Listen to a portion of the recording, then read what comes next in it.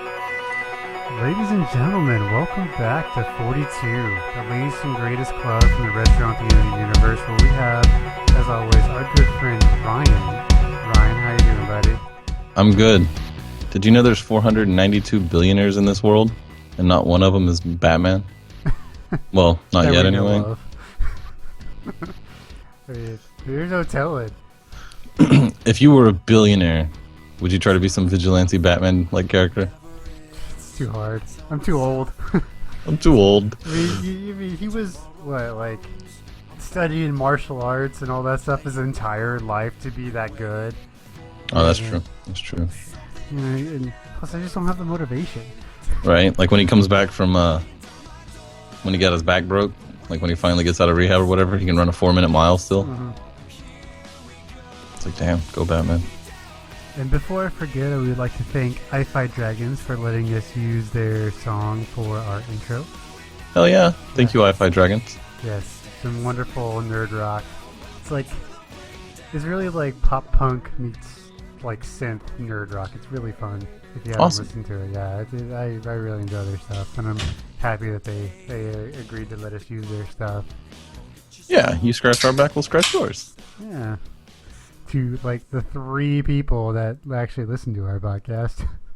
No, that's not true. I think our last one had 7 downloads. Hey, well, not shockingly, the one with porn in the title. Porn in the title has like 4 times as many views. Yeah. Well, thanks, guys. Cheers. So anyway, we're gonna have to I guess go ahead and rejoice. There's a few cool things that happened this week, right? Okay.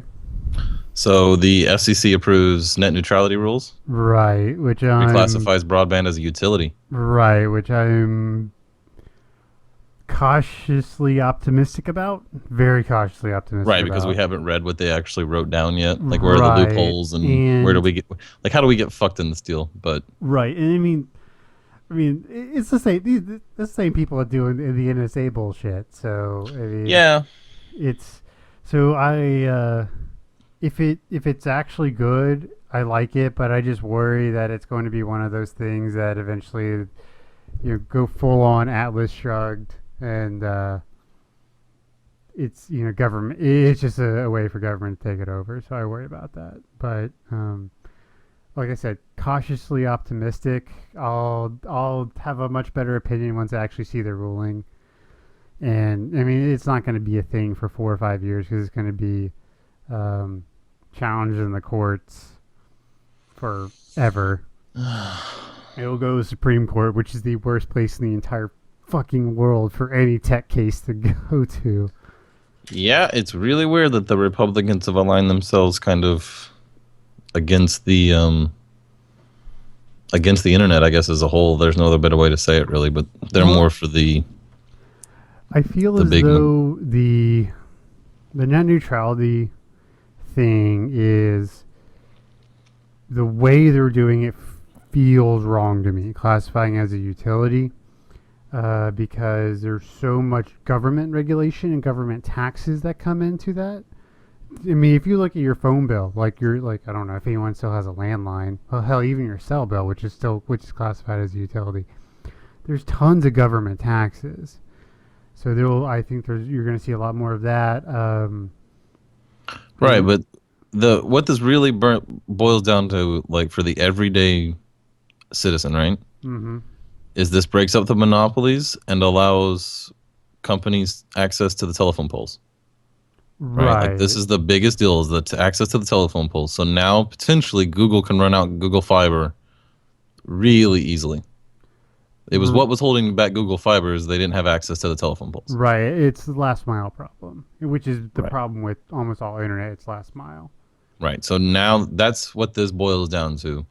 And that's, if I have to pay, fuck it, I'm okay with paying an extra $50 a month or whatever in taxes if I can have my gigabit internet.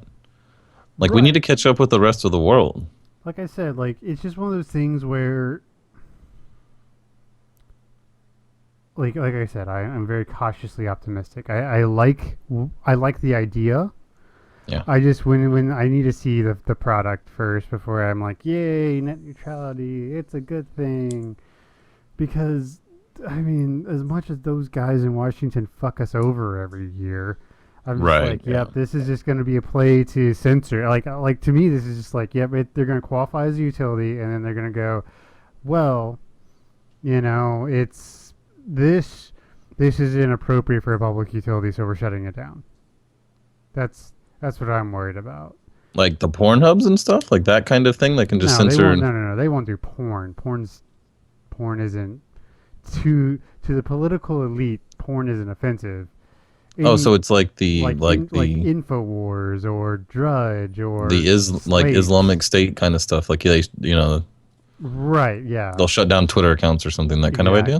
That's what I. Or maybe just Twitter in general. It's too easy to disseminate information on this website. Right, and I worry about the That's impact of. Oh, I just lost my train of thought. I worry. So you're thinking? Go ahead. Well, I was just going to ask you. So you're kind of worried about the freedom of the internet. Yes. In a weird way. Yes, I am very worried about that. I also, this is going to be, for as long as it's a thing, it's going to be a political issue every year, and I don't want to hear about it. It's going to be a major issue, and the moment that someone does anything, because someone will, some president, I don't know who, Republican, Democrat, really doesn't matter. Somebody's going to try to get a little too much power over the internet. It's just going to happen. It's the way humans react and the way they are. So, this actually needs to be a constitutional amendment, is what it needs to be, and not an FCC. Like the internet should be a right. Yes, like voting is a right, like right to bear arms. Right to assembly. This should fall under the right of assembly or something. Actually, I think that's a very good place for it to be, is the right to assemble.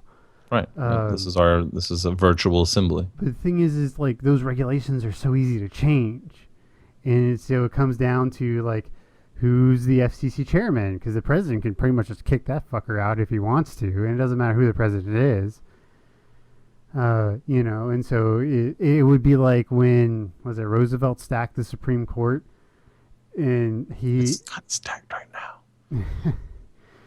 But they, and they just rubber stamped everything, and so I don't know. Like I said, I'm hopeful, but I don't know. I've seen them screw people over way too many times to think. I don't trust anybody on the Hill. But I guess since we're just going to mark this down as one optimistically approval. It's like, yeah, I'm optimistic, but I'm scared. Okay. So the other thing to celebrate is, I don't know, this doesn't matter much to you, but it does kind of, you pay attention to it. But Alaska and Washington, D.C., it's now legal. Right. That's all. Marijuana is now, and Alaska's working on recreational, being able to sell it and tax it, and the Colorado model, or maybe the Washington model. I'm not sure which one they're going to use. But Washington, D.C., it is not legal to sell or buy. But it is legal to gift. Much like sex. Interesting. Much like sex. D.C., that whole entity that is D.C. is such a weird thing to me. Yeah. It's technically federal property. So technically, a speeding ticket in Washington, D.C. is a felony. It doesn't go on your record like a felony, though, does it? Like, it's a felony speeding ticket. Because it happens on federal land. Yeah, it's really weird. And, like, the way their budget works is really weird. And no state will have them. Like, they've been trying, D.C.'s been trying to become a part of Virginia for decades now, and Virginia's like, no, I'm not dealing with that. I didn't know that. Yeah. I didn't know that.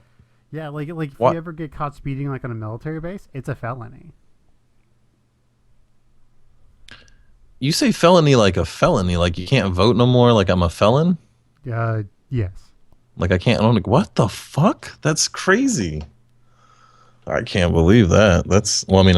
I can believe it, but That's just awesome, I guess. Yeah, Or crazy. well, maybe not like that bad because certain felons can't It's extremes. vote, but They can. Yeah, I don't know anything about these things.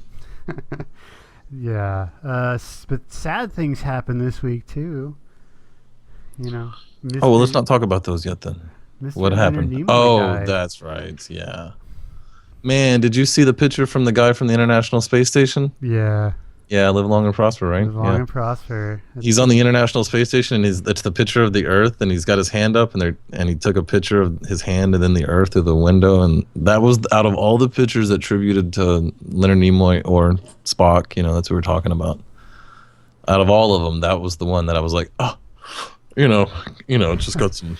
I was cutting onions or something earlier, or something. That one got me actually. Right. Yeah. It's. I was thinking about it after it happened. Is like nerd culture, especially, has been the culture of living legends. The people who made our culture great have been with us for the most part. Right. What's that name? The guy, Marvel guy, Spike Lee, or whatever his name is. Stan Lee, still Stan around. Lee. Yeah, Spike Lee. What the fuck? That's the director. That's the director. I'm an idiot. A lot. William Shatner, and up until this week, learning lots of the big names that made Harrison Ford, George Lucas, Mark. Yeah, they're living legends, and it's interesting because we're getting to that age to where a lot of those people are going to start, leaving us, and it'll be interesting to see how the things react when the people who were there and did it aren't there to defend or to.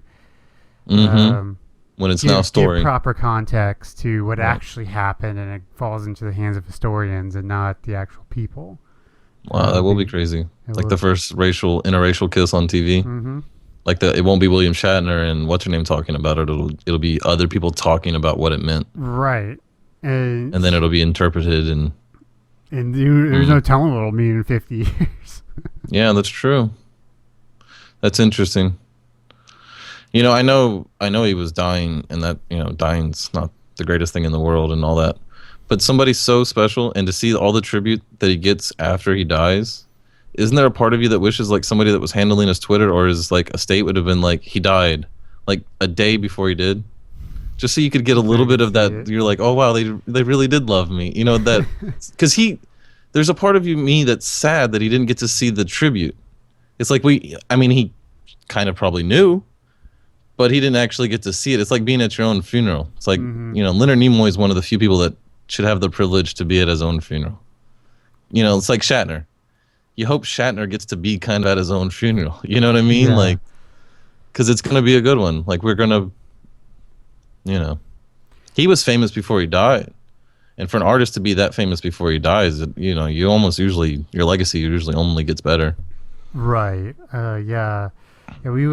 Me and my wife were talking about it, like what the Comic-Con after Stan Lee dies, like that's going to be. Oh yeah. That's basically going to be a 4-day funeral. Is basically what's going to be. That will. Yeah. And he's. How old is he? He's getting there, right? He's in his 90s. All due respect, we love you, Stanley, but still, he's getting older, right? That dude's awesome. The little I've seen about him. Yeah. Is he cool? Interacted with him, yeah. He's still like as spry as any 20-year-old, mentally as ever been. Like that dude is just really. Yeah, he is sharp. No shit. Still has a sense of humor, kind of. Oh yeah. A guy. Huh? And maybe it's because he does. He uses it all the time, right? He uses it all the time. He. Mm-hmm. I like the. On the kid things. Yeah, Yeah, fuck that, kid things. Whatever. Well, when he first started writing comics, they were kid things. But his idea was he was the Pixar before Pixar. He's like, no one can say no to a good story. If it's a good story, it'll sell. No matter if it's G-rated or R-rated, if it's a good story with characters you like, with real consequences, people are really gonna like the story. And that's completely my belief on anime.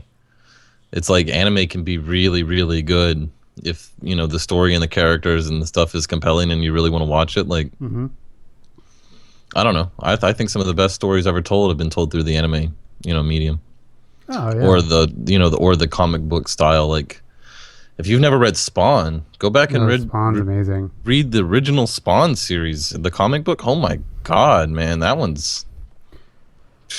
I saw that on Reddit recently. They were like, "Bring back Spawn," because they were talking about all these movies that are being remade. It's like, Hmm. why can't we get a remake of Spawn? Oh yeah, I actually I'd be really like, liked the hell yeah. Spawn movie. It was kind of terrible, but I still really like it. I really liked the original Batman movies, but the new ones are still awesome as fuck, Like, so why can't we get a new awesome Spawn? Could you imagine with the new graphics and the new CGI and Oh yeah. the great acting and the directors that we have nowadays? We could get a fucking awesome Spawn Yeah, movie. so I've been ripping my Blu-rays to my media center, and at Best Buy, I think it was, we picked up the first four Batmans, the two Tim Burtons, so Batman, Batman Returns, and then Batman Forever and Batman and Robin in like one Blu-ray pack for like $10. It was pretty sweet. Yeah, So I sat down and rewatched Batman and Robin. It's still fucking terrible, but it's like it's one of those things that's so bad it's kind of funny. Like it it's doesn't quite so make bad. it to so bad that it's funny. It's just kind of really shit. There's like a frequency, so it has to be like so bad. There's at a point where it's just bad. It's just bad, and then once it gets so bad that it gets funny and fun to watch, but then you can go past funny and fun to watch and just get bad again, and then you have to really push for that really funny. And if you can get to like that third valley of funny, now you're in like Roadhouse territory, where it's just really awesomely bad. the And one thing I the one thing I did notice about it is because it was really before CG. Like it was right before CG really started to come in to every movie. So right, everything was built. Like they were real sets, real props, and it just looked better. Like it looked better than it should for a movie that came out in like 2000 or whenever it came out. hmm. And Well, that's that could be something the that, Blu-ray upscaling too, though, right? Like they went back and well, no, but remastered you it or something, or can, no? no, like even if you watch Blu-rays, like the early CG looks terrible now. Like I went back and watched Independence Day, and like some of the early, like some of that Yeah. CG Yeah. is terrible. I mean, it's so dodgy. But like the actual props, like the movies that are old enough to still have props and Yeah, sound, and actual stages and or miniatures. or minis, they will still Hmm. look amazing. Like, Yeah. Hmm. have you watched Indiana Jones on Blu-ray? I don't want to admit this out loud, but I've never watched a Blu-ray. Dude, you're missing Yeah, I out. don't know. I don't. It's not me. You're I missing out. I went straight from DVDs to digital. Skip the whole Blu-ray thing Okay, because it well, took them so long to fucking decide on the HD Blu-ray fucking bullshit, and I was on HD DVD side, and when they didn't win, I was disappointed. So have you ever watched it in 1080p? no. Okay, it's one of the most beautiful, especially the Last Crusade. The one with Sean Hmm. Connery. It is gorgeous. It is one of the most beautiful movies I've ever seen in my entire life. Like, especially, but everything is real. It was old. It's an old enough movie that everything had to be real. If people were flying, they were on white. It was real. It was real special effects. It wasn't digital special effects, and Right. that translates so much better. And so there's So this when it gets weird polished gap and in like from like '98 to like I don't know about 2008 to where CG and movies get really good. hmm That like are just look terrible on Blu-ray. Just absolutely look terrible. yeah, I heard Alien. Yeah, Alien looks terrible because when it's upscaled so well, you can see the background, like the miniature space planes, the spaceships. And in the original movie, that's just a painting or whatever it is, and it's kind of blurry and no big deal. But when it run through the upscaling of an HD and they go in and like clean it all up and remaster it, it's so clean that it just looks like a painting. Like it doesn't look, Right. it's just like you can see that it's a painting. There was something enjoyable about the graininess of it. It kind of helped with the movie You could get itself, away with more, yeah. right? The movie felt more gritty because of it. Right, that's something. My first year at Comic Con, we went to the Star Trek Blu-ray restoration panel. So the people who like actually built like redid it, remastered, did everything, and they were telling us about how difficult it was to actually do it because like some of the shots in Next Generation were 7 or 8 layers of film deep. Like they were what does that mean? I don't even know what that means.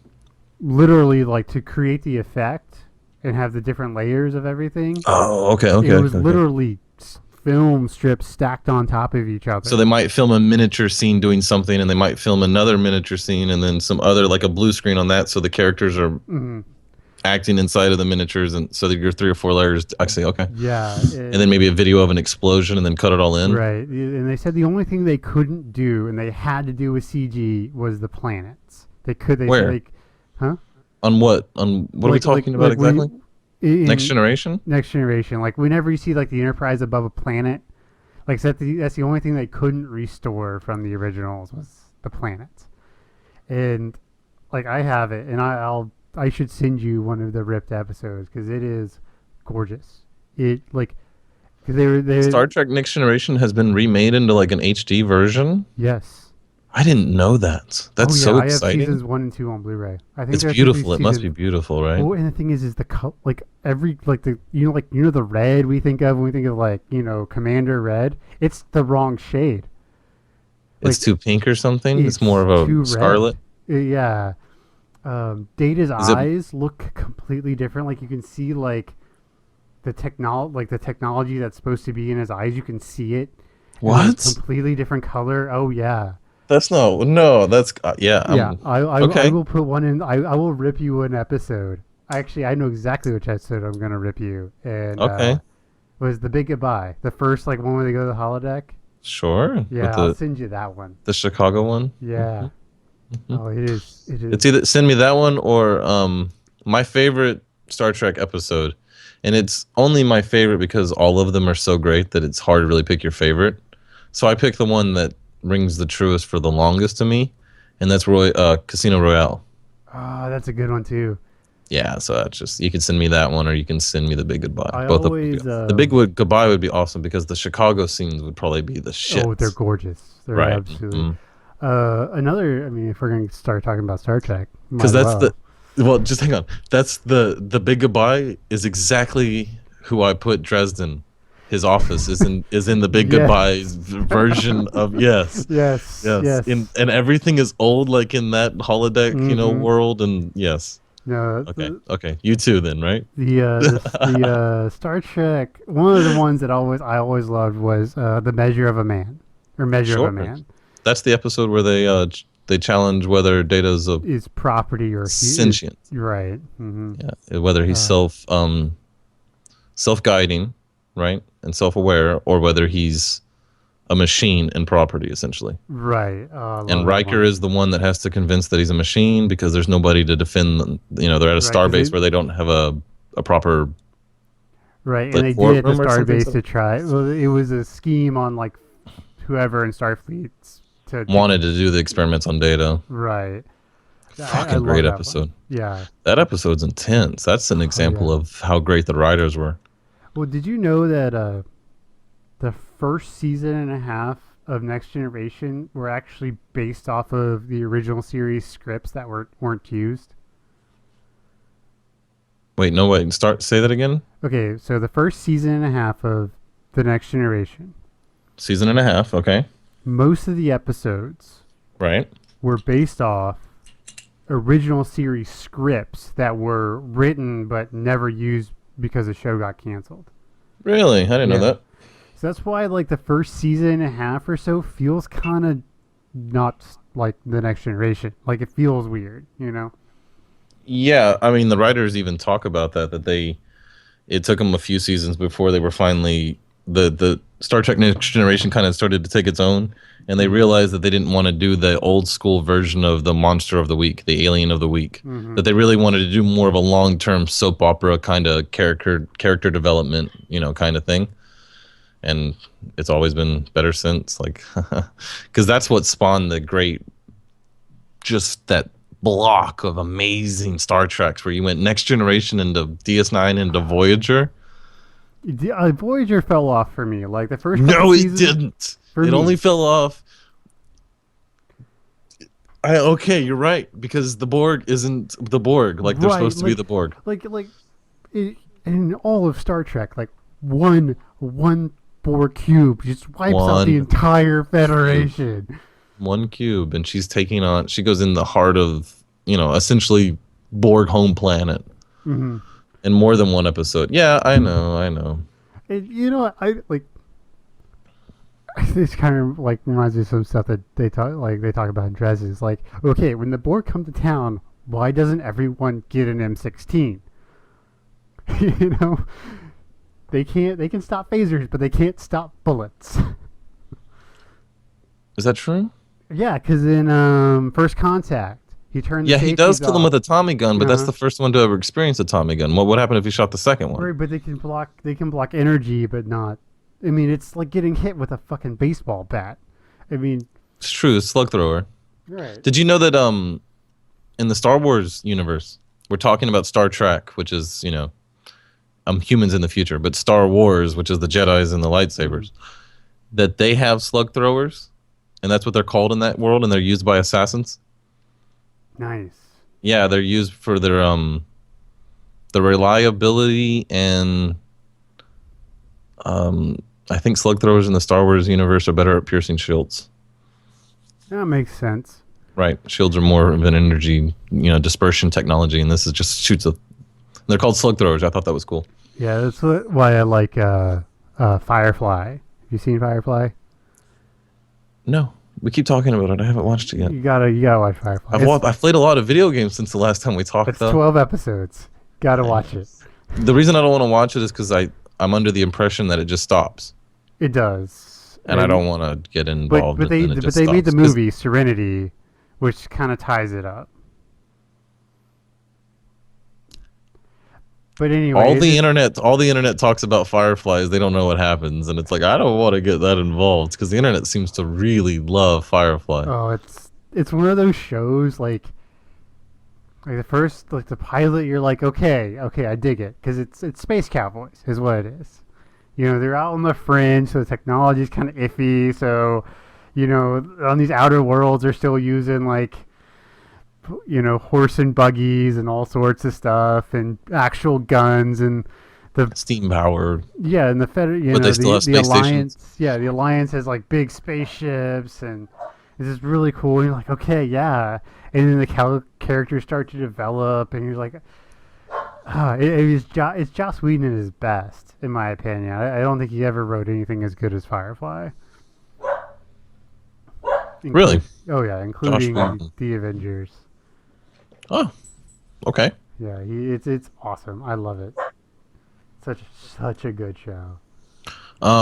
Sorry if you can hear the dogs. It's all right. I had this idea even before Firefly was described to me, but we've talked about Firefly a long time ago. But this idea of that what happens if nothing happens to humanity in the future? Like if we just keep going and we don't find any other aliens or any other world, we don't ever find interstellar travel, and you just go 400 or 500 years in the future. So Mars has colonized the moon, some of the planets or some of the moons on Like Saturn or Jupiter or something. right, some of the moons around those have been inhabited, stuff like that. But other than that, and since it's so spread out and you've got so many humans now, there's parts of space or parts of, the solar system right where we live that's real seedy.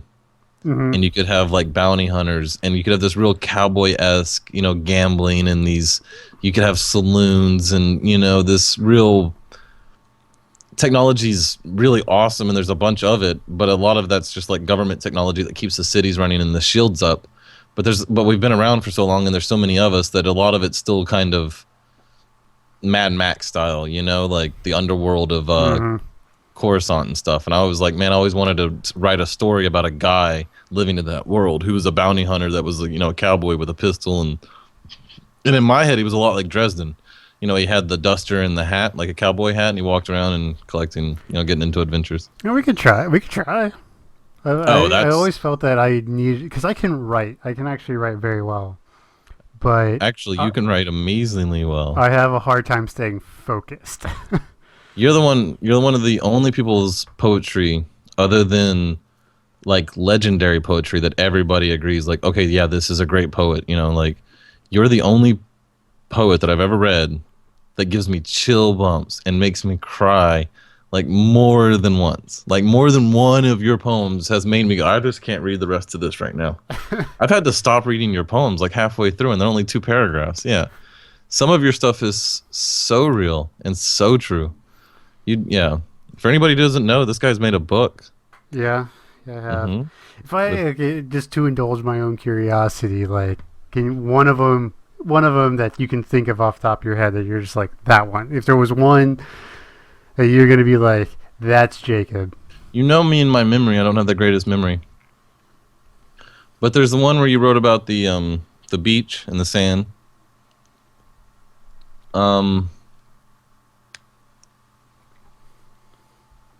I want to say you wrote one about being afraid that I thought was good. There's been a lot of those. And, you know, you and all your heartbreak ones. But you had some of them that were just about, like, life in general, just about, like, kind of growing up and being confused. And I thought those were good, too. Yeah. I'd have to go back and reread your poems. What's funny is, like, most of those are written under 5 minutes. Almost all of them are written under 5 minutes. You're one of the few people who really can indulge the muse. You can be like doing something and then just all of a sudden you're like, Wah! Yeah, pretty much. And you're writing faster than you can keep up. You know, you're just trying to just get these words out. And if anybody ever saw the original draft of some of these poems, they don't even look like words. It's like shorthand. It's like your hand can barely keep up with the ideas. And then you go back and you'll rewrite them or type them down. Yeah. And some of them are missing words. You're like, I'm not sure what that word was. You know, it's just like I kind of skipped over and I didn't get to it, but you'll fill them in.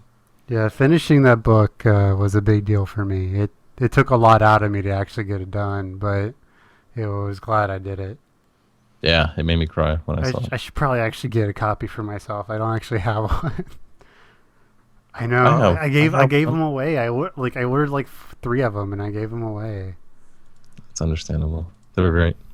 Well, anyway, now we've gone really personal. My bad. No.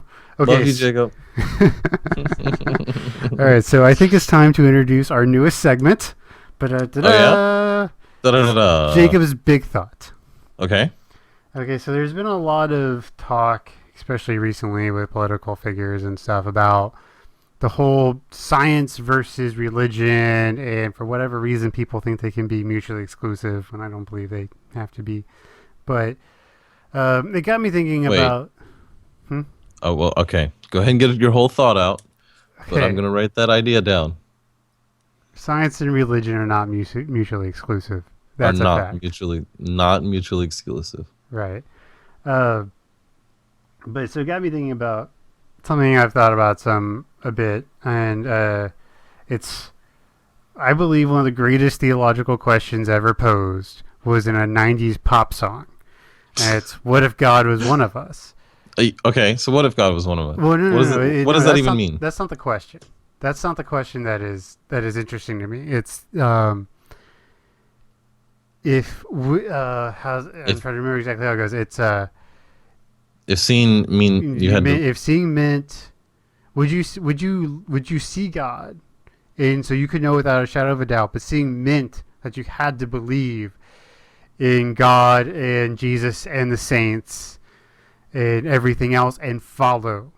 And then I think that the end is the kicker, the follow and be one of his disciples, because you know beyond a shadow of a doubt that everything that has been written is true. Do you look? Do you actually know? Okay, so for some reason you know that God is among us. Like it's not a question of faith. Right. If you see him, it's a reality. Shake his hand. Like you shake God's hand. That's basically what the question is. Right, but it's not what you're asking me though is if it wasn't no longer a question of faith. Right. It was stone cold 100%. If it was just a question of reality that you had to choose to accept. Right. Would I still choose to accept it? That's the big idea. No. Like what if it was a reality that what if there was proof, is what you're saying? Would you want to see that proof? would you want to see the proof if meaning you couldn't deny it anymore? Like, and you had to, and I say be a Christian, and I'm not like a lot of people think Christian of, right-wing fundamentalism and all that crap. I mean, like, honest to goodness, love your neighbor as yourself, Good Samaritan, the whole bit, the actual true Christianity and not the bullshit that a lot of people sell as Christianity. Okay, so to answer, I guess, the question, personally, I mean, everybody that's listening to this, we have a Twitter, so you can send it to there, the 42, whatever your opinions on this question is. But for me personally, what is the Twitter? 42 Podcast? Mm-hmm. It's the same as the email that you see below the screen here. Okay, but just instead it's just @ on the Twitter account, right? So anyway, me personally, the only way, my only concern is knowing that I would have I don't even know the right way to say this. The reason I'm not what you would call a Christian today is because I don't believe anybody that is teaching Christianity or anything that you could really figure out not on your own. Well, this is hard to explain. Well, this is personal. I think the problem with Christianity today is all the false prophets. I'd agree completely, 100%. Right, like if you go to almost any church, that's a false prophet. That's not the right version. That's not what Jesus would agree on, right? Mm-hmm. So if I could shake Jesus' hand, and then from then on I knew what Jesus was going to tell me was right, like he was now the Pope. Okay. Fuck yeah, sure, I'll follow. But the problem is I don't want to shake his hand, and then he's not around. I'm back here in Texas, and I got to go to Tumble Bible Church.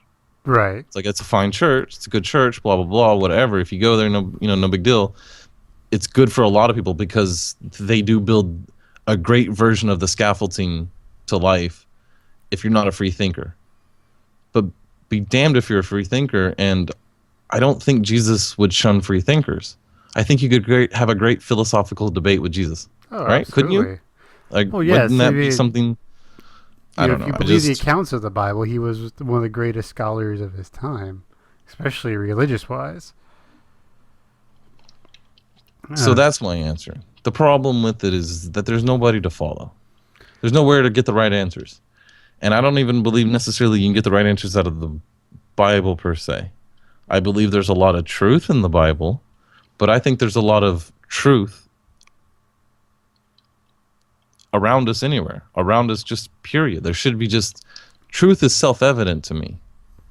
And I find all the parts in the Bible that aren't what I would consider okay or true, they really hold back from the whole thing.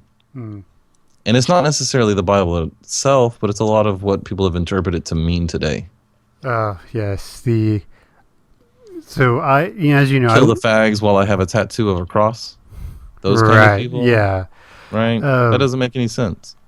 I went to a Christian school, as you know, and now the listeners know. And so I took a lot of Bible classes. I grew up in a hardcore fundamental Christian household. You know my family. Well, I mean, we're best friends. That's one of the reasons we were allowed to be friends, is because both of our families were hardcore enough for each other.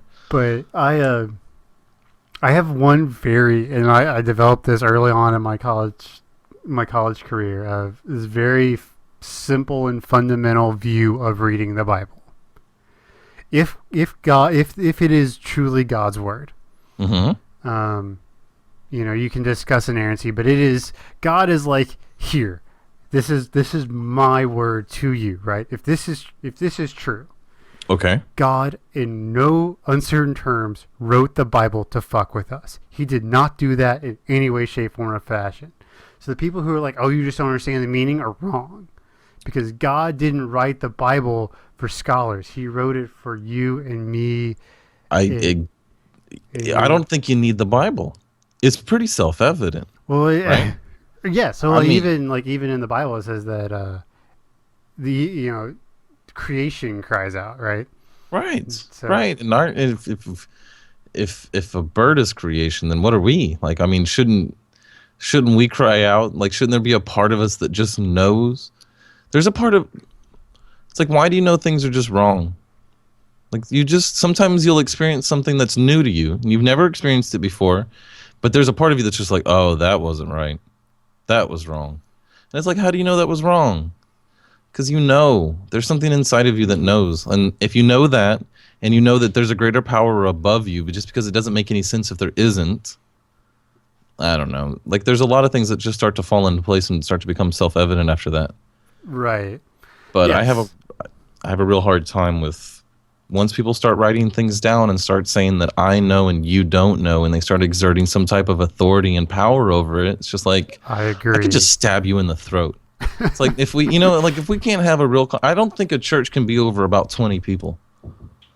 You need about 20 to 30 people that can sit around and have a conversation and talk to each other, know everybody's name. And there should be, a real conversation about the hard problems and the hard questions. It shouldn't be this washover thing and that always has this 15-minute segment about we need 10% of your money. You know what I mean? It's like we don't need that. Like I don't know. We're talking about some of my frustrations about the church, which it becomes difficult for me to talk about because I did grow up in that fundamental Christian household, and there is a part of me that's just resentful towards that, period. But there is a part of me that's just also like, it doesn't quite make enough sense. You know what I mean? There's just, I don't know, whatever. Yeah, it's funny. I haven't talked about this ever. Well, I guess Jacob's big thought did his job, and hopefully it does the job for other people, because I don't I don't have all the answers, and neither does Ryan, and neither do you. If you think you do, you're wrong. And if you think you do, I would love to hear them. I would love to hear them. Because if you do, email at the bottom right here, right, or the Twitter, hit us up. But I want to talk. I love ideas. I love big ideas, big thoughts. Mm-hmm. I was reading something today about how the existence of dark matter has disproved the Big Bang. We were talking about that. And how a lot of people are starting to theorize that the universe never expanded. It has just always been. It's always been. It's always been. But it is expanding now. It's expanding, but... And our math does hold up true all the way down to like microseconds. And I mean microseconds as small as several nanoseconds right before the Big Bang. We can figure out the physics all the way up to that. Right, but the physics, all those physics have been disproven when dark matter was proved. Oh, okay, that's what you're saying. Yes, quantum mechanics. But then what else? Quantum mechanics and general relativity. General relativity. Yes. The theory of general relativity cannot explain dark matter. They explain the Big Bang, but they cannot explain dark matter because dark matter and the Big Bang cannot fit together. Okay, well, go ahead and tell everybody what dark matter is, because some people are going, what the fuck are you talking about right now? Dark matter is basically antimatter. It's, in a lot of respects, it is exactly what they thought it was, like they said it was in Star Trek. It is the opposite of matter. And it exists in this universe. Yes. How? How can they? Why do they say it exists, and why do they call it dark? I don't know. It's a pretty difficult subject. Right. It was one of the things that they were able to detect it in the Hadron Collider, the Super Hadron Collider in Sweden, and it lasted like 1/10,000th of a second, because as soon as it reaches the sensors to pick it up, it explodes. So, because if it's antimatter, anytime it comes in contact with matter, it explodes. They annihilate each other. Mm-hmm. Right? And so in an equal, so what is it? It's a negative electron? And we exist in a positive electron world? My limited knowledge of the subject, yes. And we call it dark because we can't detect it? Or I don't know why they call it dark. They just call it dark. Probably because antimatter has been used too much in science fiction. So they went with something that hadn't been used as much. Is it separate from dark energy, which they think is what's fueling the expansion of the universe? Is it something different than that? That I don't know. Okay. But anyway. So it's just one of those interesting things where science is always changing, because I think it's got to be in the first 5 or 6 paragraphs of the Dresden File, like the first Dresden Files books, where he talks about the great religion of the 20th century is science. It's technology. Yeah, science. That's right. Not technology, but science. And that to me is just rings so true, because I'm like, do you know how many times science, like fundamental, undisputable laws of science, have changed and had to change because they were proven to be wrong or lacking? You win Nobel Prizes by breaking the laws of physics. Yeah. That's how you win a Nobel Prize. Break the law, break a law of physics, and prove that it's possible, and that what we thought of reality isn't true. And they'll give you $1 million and a little gold medallion. Yeah.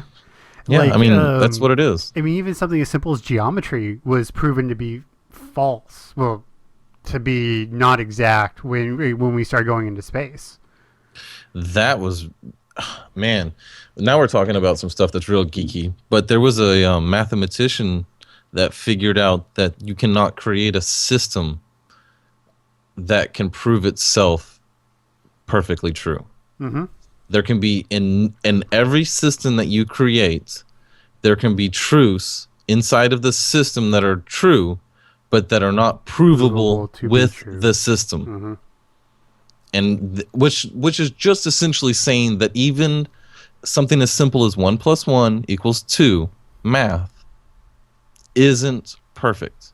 There is no exact perfect version of reality that we have yet.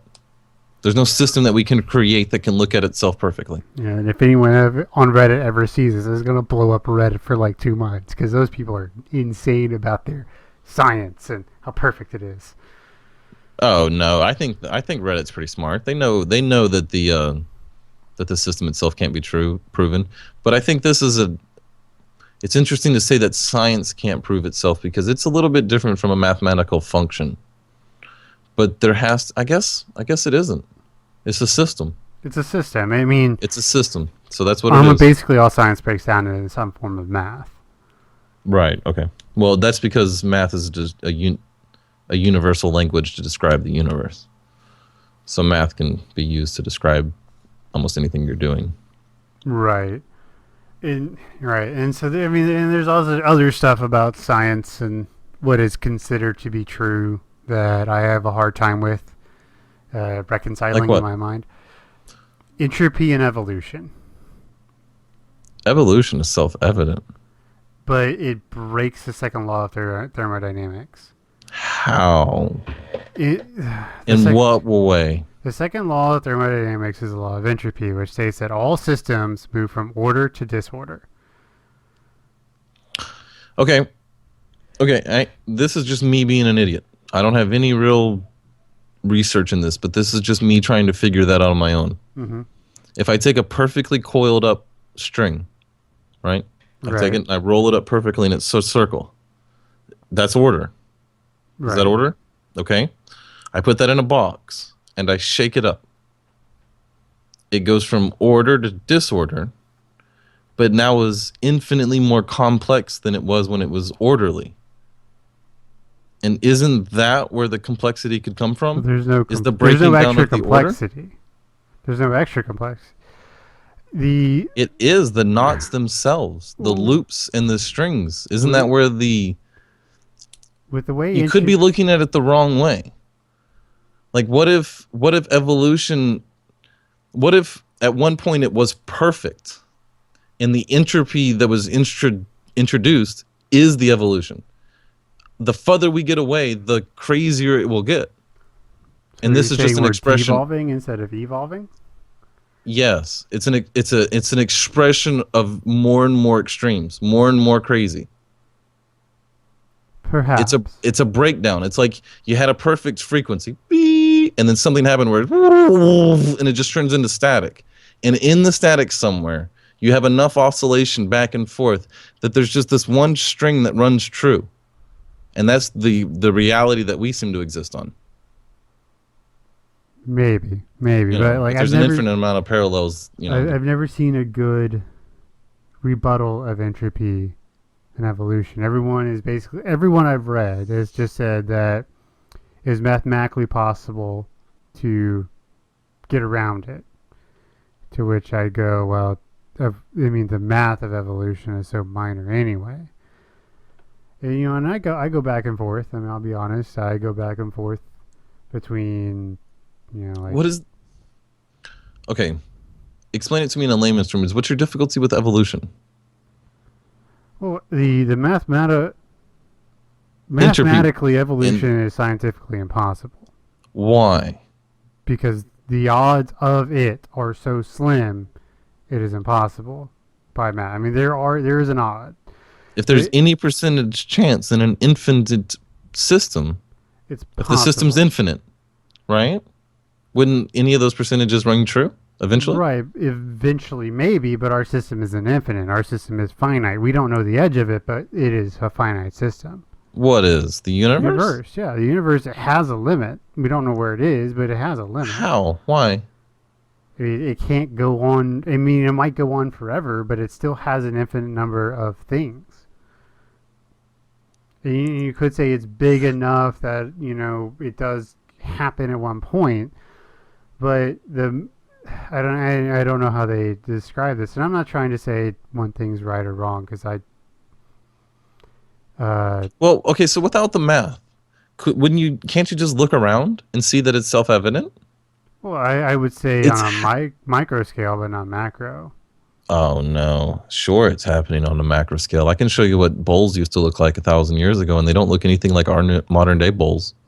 Bowls, just a thing you have in the kitchen, has evolved. It has. Well, yes, obviously that, but I'm saying like... Your cell phones have evolved, right? Yeah, They've even shown examples... That's completely different. It is not. It's an example... That is an expression of the universe that we exist in. If you're looking at the whole system as a whole and you're looking at it, how do you explain that outside of the system then? If that is an evolution, that is an explanation of evolution, of things getting better out of actually through things that are survive. Like the best apps come, we get them on the next phone. The first iPhone didn't have a flashlight on it. But all the new ones do. You can just drag it up and there you go. It turns on your flash on the back because that was such a good app. They put it on the phone. That's an example of evolution. That's inside of the system that we exist in. Right. But that's still, if you want to get down to it, that's microevolution, not macro. Well, what about the finch on those islands that are adapting? Like they've actually seen the adaptation of their beaks into a new species. Well, that's... Like we've seen that in our lifetime still micro. happen. That's still micro. That's micro. That's okay. Explain evolution macro within then. Species. Humans have gotten taller. I mean, that isn't even evolution. That's just an expression of our genes because of good nutrition through our entire lives. But that's humans evolving. Skin color. I mean, hell. I mean, black, white. The Dogs. shapes of our faces. We've taken dogs from wolves. That's an expression of evolution right there. Yes, that's micro. And that's an engineered evolution. That's not even like nature evolution. Correct. But it's still nature evolution because it works the same way. It still works. There was a symbiotic relationship. There was a reason that this worked out better for a certain, breed that did it, and a certain breed that didn't died off. We don't have them anymore. Or they continued to be wolves or wild dogs. I don't. What do you mean macro then? If you don't mean micro, what do you mean macro? The moving and changing of one species into another completely. But there is proof of it happening over time. There's proof of species changing into different types of the same species. The finches are changing from one bird to another bird, and they're not going from a fish to a bird. But but we know that so when they proved that through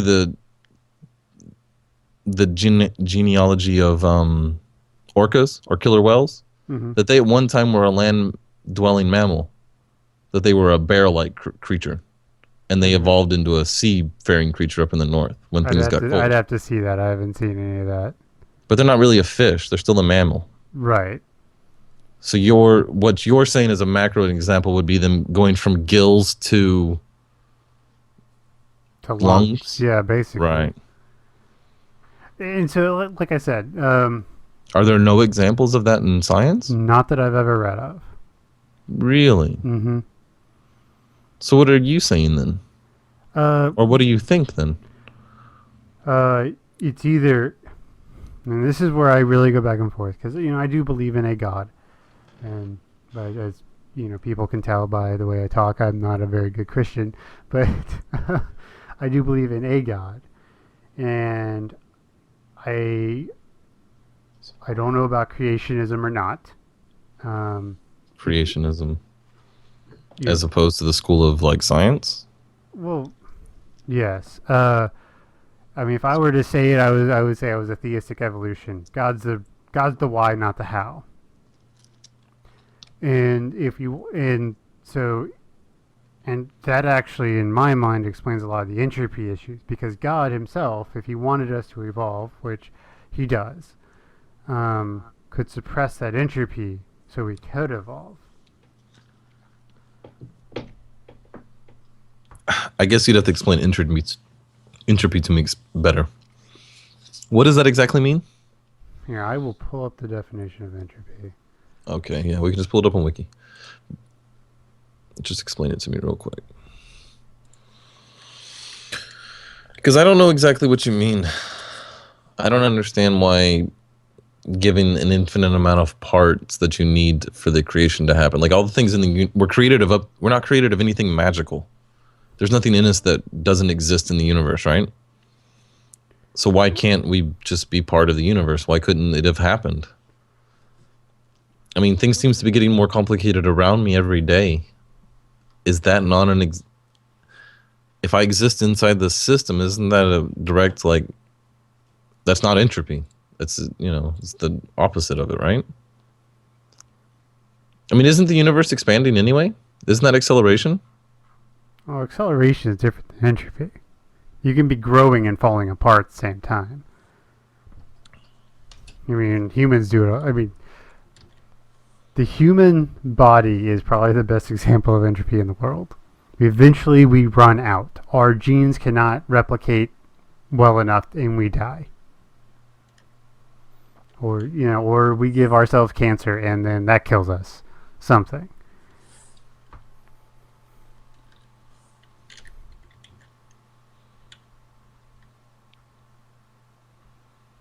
Yeah, I don't know, man. I don't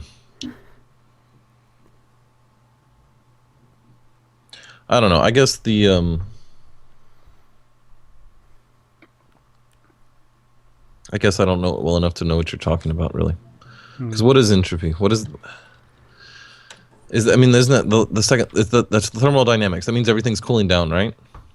There's less and less energy in the world. Well, let's see. Here we go.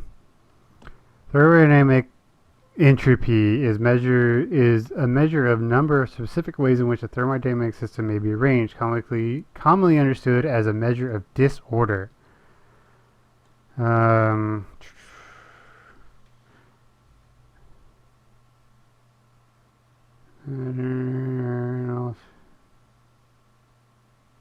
But isn't something more complex less ordered?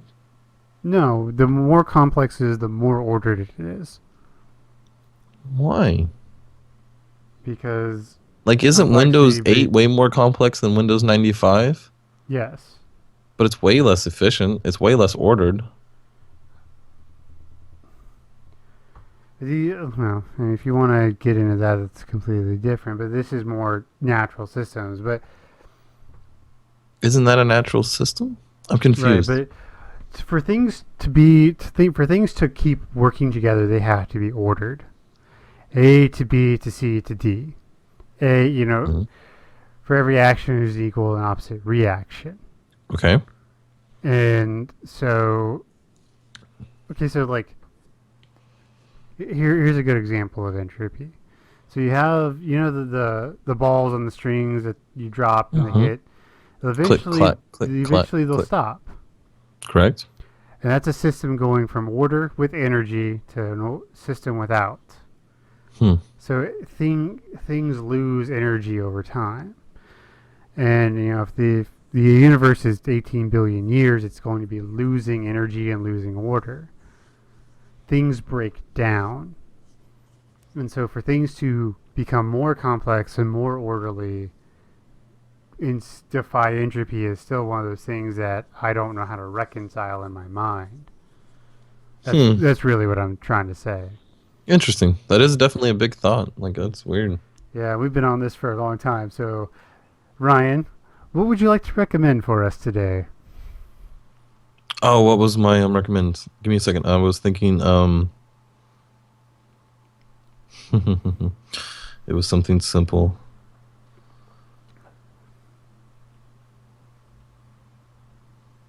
I was on the freeway and I was with my son, and it was if I wanted to recommend anime in general, but then I thought I needed to give a specific one. But I wanted to give an example of how anime isn't necessarily just cartoons. Right. That it can be an expression of like a real story with, characters and development, and very entertaining. So I wanted to recommend The Brotherhood. I can't remember. I said all that trying to remember what it's called. Full Metal Alchemist Brotherhood. That's what it is. I wanted to recommend that. And it's a story about two brothers that are involved in a universe where alchemy exists. Right. And that's the creation of... It's kind of like using magic, and you transform things... You can transform matter into more complex forms of that matter. So turning lead into gold and different things like that. Right, and that's the big example, is lead into gold.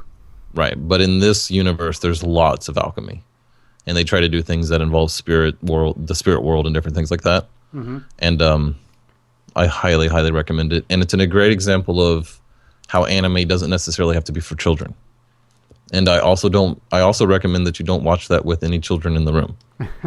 Because it is quite intense, and there are some scenes of gore, and I can't remember specifically any sex scenes, but I think there's a few that, there might be a few risky scenes. So keep the kids out of that one. Well, I would like to recommend the Glenlivet 15. It's a beautiful scotch. It's good. Good price. Good price to value ratio there. Is it okay to drink on YouTube? I hope so. Amen to that. I mean, hell, there's My Drunk Kitchen is one of the most popular shows on this fucking site. Oh yeah, that's right. What's the other one? Epic Mealtime. Epic Mealtime. Yeah. Yeah, they make everything with bourbon or scotch or Jack or something like that. Yeah. Bourbon. Oh, been down a few too many rabbit holes with bourbon. Yeah, that's a real man's drink. Yeah. Maybe not the way I drink it, but. What do you make, Manhattans? Old Fashions. Old Fashions. So you get a big piece of ice, 4 ounces of bourbon, ½ ounce to an ounce of simple syrup, some grenadine and muddled oranges. What's a muddled orange? So you get you grind the orange in it. Peel and all? Yeah, and so just all that juice is there, and you pour the bourbon into the orange, it just pulls everything out of it. It's very nice. Wait, the entire orange skin, everything that's inside the orange is put in the drink? It's like a slice, like a muddled slice of an orange. Yeah. But that's put in the drink. Yeah. Okay, so that's kind of at the bottom, and then you put the other stuff on top with the ice. Yep. Okay. And then what else goes in it? That's it. Oh, that's it? Uh-huh. And it's good? Oh, it's fantastic. Oh, and bitters. Strong. There are the bitters. I was fixing to say, I was like, damn, that sounds strong as fuck. The bitters are 50% alcohol as well. So. But it's a couple dashes of the bitters, which just really pulls the drink together. It's fantastic. Really started drinking those. It's kind of sad. Like, we found all these really cool places before we left Tulsa. Like right before you left? Right before. And this one place we started going to was called the Valkyrie. And their things was their tagline was serious drinks. And these people were like, the term gets thrown around a lot, like mixologists. Like these people, they were that. They were scientists of mixing drinks. They were artists. And they made some fantastic drinks. And that is where you go in and you're like, I normally like to drink a Manhattan. They're like, okay, and then they make you something like a Manhattan. Or they just like, what liquor do you like to drink? Okay. What flavors do you like? Okay, and they make you something. Oh, that sounds awesome. Yeah. And it was cool because like the menus were these huge, like 20-foot tall chalkboards that they had ladders and slid them around. It was, I mean, they were. It Like was on a cool rollers, place. like at a library or something. Yeah. Right. Yeah, that's awesome. I haven't found a place like that here in Pittsburgh yet, which makes me sad. There has to be. Pittsburgh has to have some old school cool bars. Oh yeah.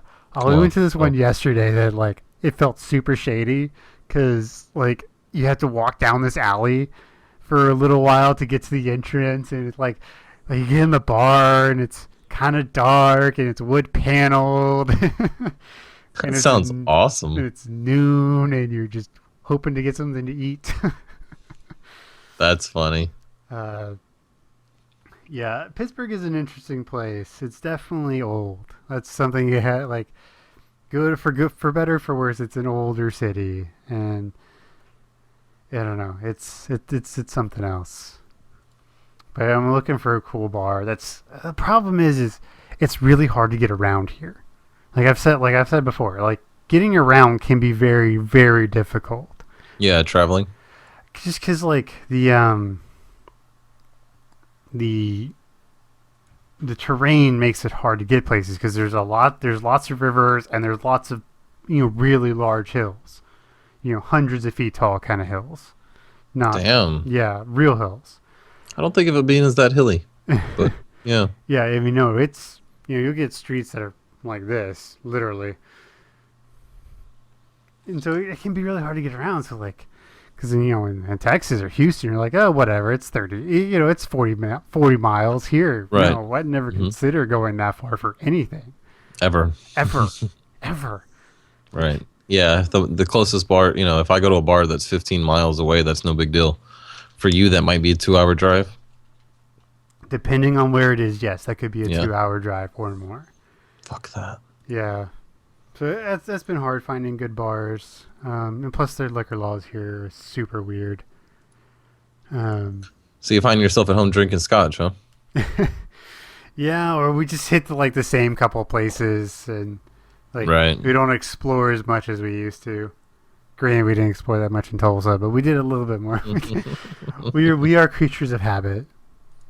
But the nice thing though is especially if you're a creature of habit, especially at a place that serves alcohol and you tip well, you eventually start getting free drinks. It's just what happens. Yeah, they start taking care of you. Yeah.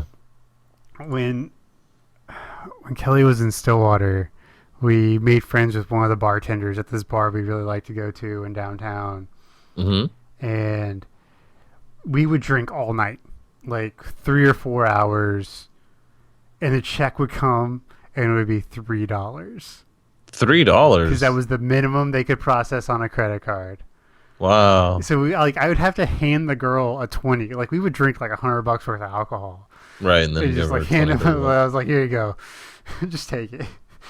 And so it was a real shock when we lost that because for a while that's pretty much the only place we drank. Right. And so we got used to only having spending $15-$20 for a night of drinking, and then we lost it. So that was always sad. That would be. And that bar was great because they didn't serve food. So they didn't care if you brought in food. So sometimes if we really felt like going out, we would just cook and, pack it up and take it to the bar and drink and hang out. That's fun. Or I had more than once, many times, had pizza delivered directly to the bar. Yeah, I've done that to magic shops and bars before. Yeah. They're cool like that, some of them. Like the pub down the street, they're cool like that. Nice. Yeah, they got a thing worked out with Papa John's. I think if you order it at the bar, they'll order it for you. Oh, very nice. And put it on your tab, yeah. Oh, that's even better. Mm-hmm. Oh, yeah, that's it just awesome. shows up. They just shows up and they just bring you a pizza, they cooked it or something, right? But, they didn't. It's in a Papa John's box. But, yeah. War stories. Gotta love them.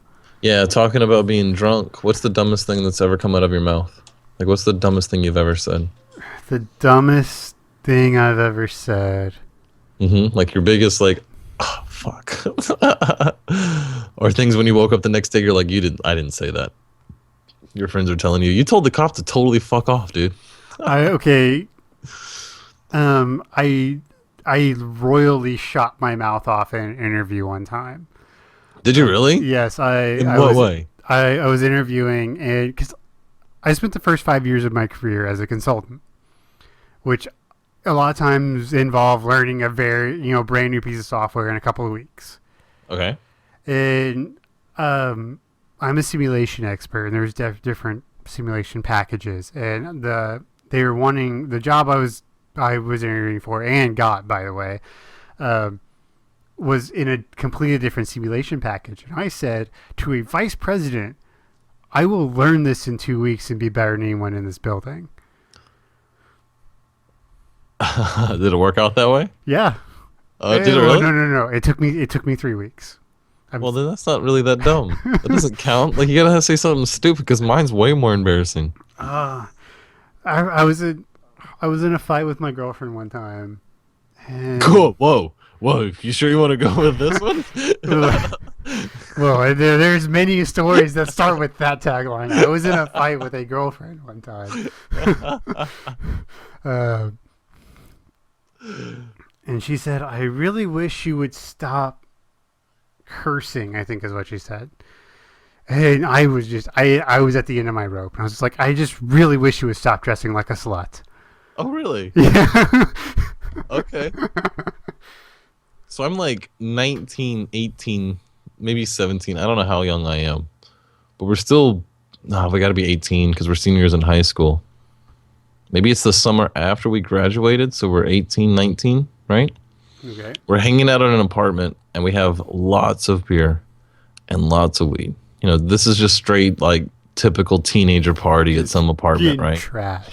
And some, 23-year-old chick that has an apartment with a roommate's letting us party because the roommate's out of town kind of thing. So there's like 15 or 20 of us in this, little 2-bedroom apartment just getting shitty, right? Just getting fucked up. So, and I'm, at this point in my life, I went from a sheltered, fundamental Christian life, like we were talking about originally, to at 18, I had a decent car and my own job and my own reality. So I was pretty much an adult. I could go do what I wanted. So I'm hanging out with, I'm rebelling against that life that I was part of. So I'm hanging out and we're stoned as fuck, right? Mm-hmm. And we're drunk. And I'm not much of a drinker, but at this party, everybody was drinking. So I had even had quite a few. So I was getting there. And I tell you all this because what I'm about to say was pretty ridiculous. But anyway, I am, my friends had this running joke where we would say something ridiculous and then we would leave an uncomfortably long silence, right? So you'd say something ridiculous like, yeah, I rape babies. No, right? So you leave that uncomfortable silence and then you say no, right? Or never, or something ridiculous like that, right? So in front of like 15, 20 people that I don't know, I'm high as fucking drunk. I stand up and my friend says something and I go, yeah, I'm gay. And I try to do that uncomfortable silence, but by the time the uncomfortable silence is the right amount of time to say no, I forgot what I was talking about. And I forgot why everybody was looking at me because everybody's looking at me, right? And I'm just like, and then my friends are like, wait, you didn't say the no part. And then everybody just starts laughing and they start giving me a hard time because I told 20 people I'm gay. And stopped the whole party just in the middle, just randomly just yell out to all these teenagers, I'm gay. And they all turn around to look at me and I forget why. So it was too late to say the no part and actually make it a joke. So I just kind of walked off. It was not nearly to that scale.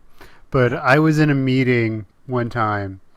And have you ever seen How I Met Your Mother? No. That annoyed me. Sorry. It's fine. But it's a show that me and a couple of my other friends really like. Right. And so we'll... for a while, we would just randomly quote How I Met Your Mother. And there's this part in, I think it's the second or third episode, really early. And the main character is trying to get one of his ex-girlfriends back. He says, in his high-pitched voice, self-respect is overrated. Right?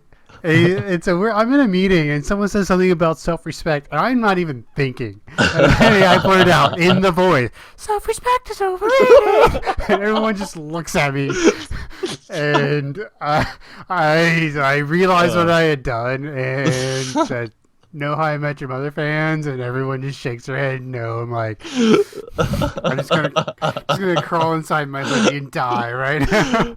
That's what I did as a teenager at a party. That's funny. Yeah. Yeah, that's way better. That's what I meant. Something like that. Come Something on. like that. Yeah. I'm bad about that, especially because like a lot of people, you and a lot of my other friends, like we've known each other long enough, and we have a lot of the same interests that we just throw in references to things that unless you like are up on our level of nerd, you're just not getting. Right. Yeah. Yeah. But that's one of the things we enjoy is inside jokes. That's one of the things. But it's hard. Like I actually notice it's becoming harder to relate to other people. The more like, the older I get, because I'm like, so much of my world is like inside jokes, basically. Right. Yeah, that's true. You up for a quick break? I am. Okay, cool. Because I need to go to the restroom. Desperately have to pee. Yes. Yeah, me too. All right, man. I'll be right back. This is Adam Warrock, and he has also graciously let us use his music. Oh, hey. We're back. Oh, yeah. Anyway, this is some rap. Good job. Oh, we were talking about Ryan Recommends. Mm-hmm. Are you recording again? Yes. Okay, yeah, we were talking about Ryan Recommends. I remember what I wanted to say. Okay. My original idea was to recommend the anime, because I think more people need to actually give it a chance, because it's more, there's a whole world of entertainment of some of the greatest stories ever been told, because they don't have to use CGI. They can just draw it. Right. So you get some really, really great stories that way. Some stuff that you just couldn't put on film.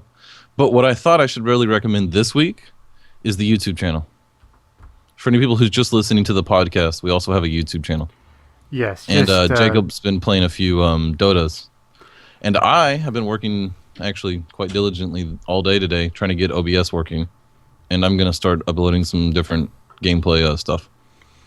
Yes, and you can also watch the video of us doing this podcast live. You can see us. Yes, and all the fun things are going on in the background. Woo! Yay, background. I mean, I will admit I do cheat a little bit because the audio for the podcast I just ripped from the video. Well, whatever, but I mean, that's... But still, you can just go ahead and go to our YouTube channel this week. And we also have a Twitter, which I am now posting and checking at least once daily. Cool. Yeah, I need to follow it.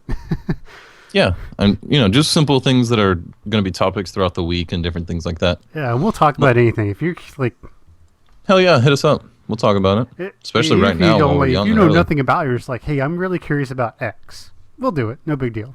We'll do it. Sure, absolutely. Like one of the things that was on the Twitter that I posted this week was, what's the happiest fact you know? Like, what's the happiest thing you know? The happiest thing I know. Mm-hmm.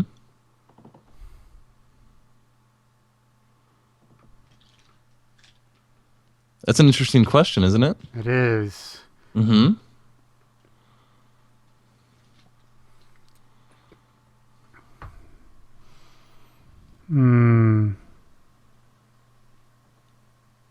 I think a good example of a happy thought that I know of, it may not be the happiest fact I know, but since it needs to be kind of like a fact, right? Like a historical idea or a fact, is that during World War II, that the Allied and the Axis had a Christmas truce. Mm-hmm. During the Battle of the Bulge. Yep. Yeah, the Germans put up some Christmas trees and started singing Christmas carols, and the Allies responded with singing their Christmas carols. So the Germans stuck their head up. The Allies didn't shoot them, and then the Allies put their heads up, and the Germans didn't shoot them. So they ended up spending all Christmas Day singing Christmas carols and trading cigarettes and stories, pictures, and they played a couple games of soccer. Mm-hmm. Reportedly, supposedly. Yeah. Mm-hmm. Christmas is a wonderful 36 time. hours, right? Yeah. Yeah. I think that's the happiest fact I know. Just right off the top of my head, kind of having to come up with something, you know. I have personal happy facts. Okay.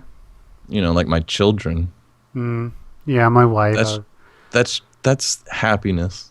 You know, when your Mm-hmm. kids fall asleep on your shoulders or something when you're watching Mickey Mouse. You know, and my son just turned 2 this week.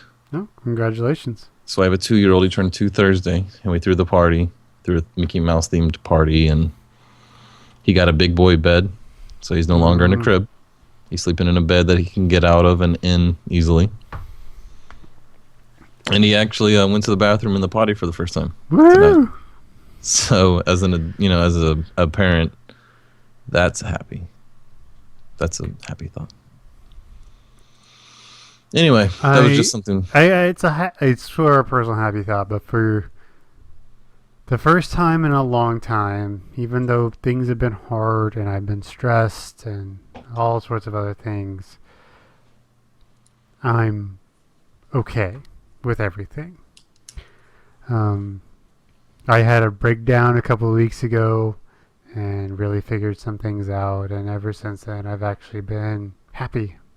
You want to talk about it at all, or? I went after. I'm interested. I went after it hard. I didn't mean to. Like, we went out for lunch, and it was like, there's a restaurant here we like to go to as a happy hour on Sunday. Like on a Saturday, or like work? Sunday morning.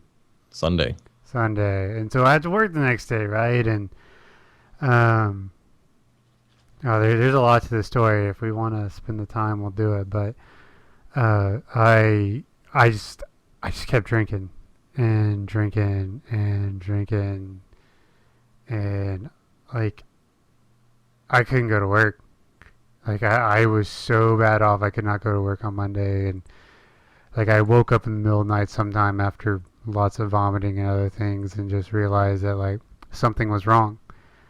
Something was not right with me, and it took me quite a while. It did, actually, once I figured that out, that it was more than just I overdid it. You know, there was something beyond that in the reason. You know, that There's a reason you overdid it, not just the fact that you overdid it. Right, and okay.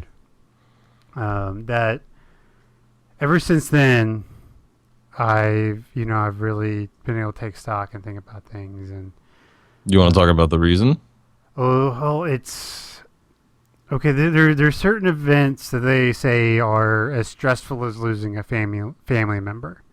Okay. I've been through all and multiple of them in the last 5 years.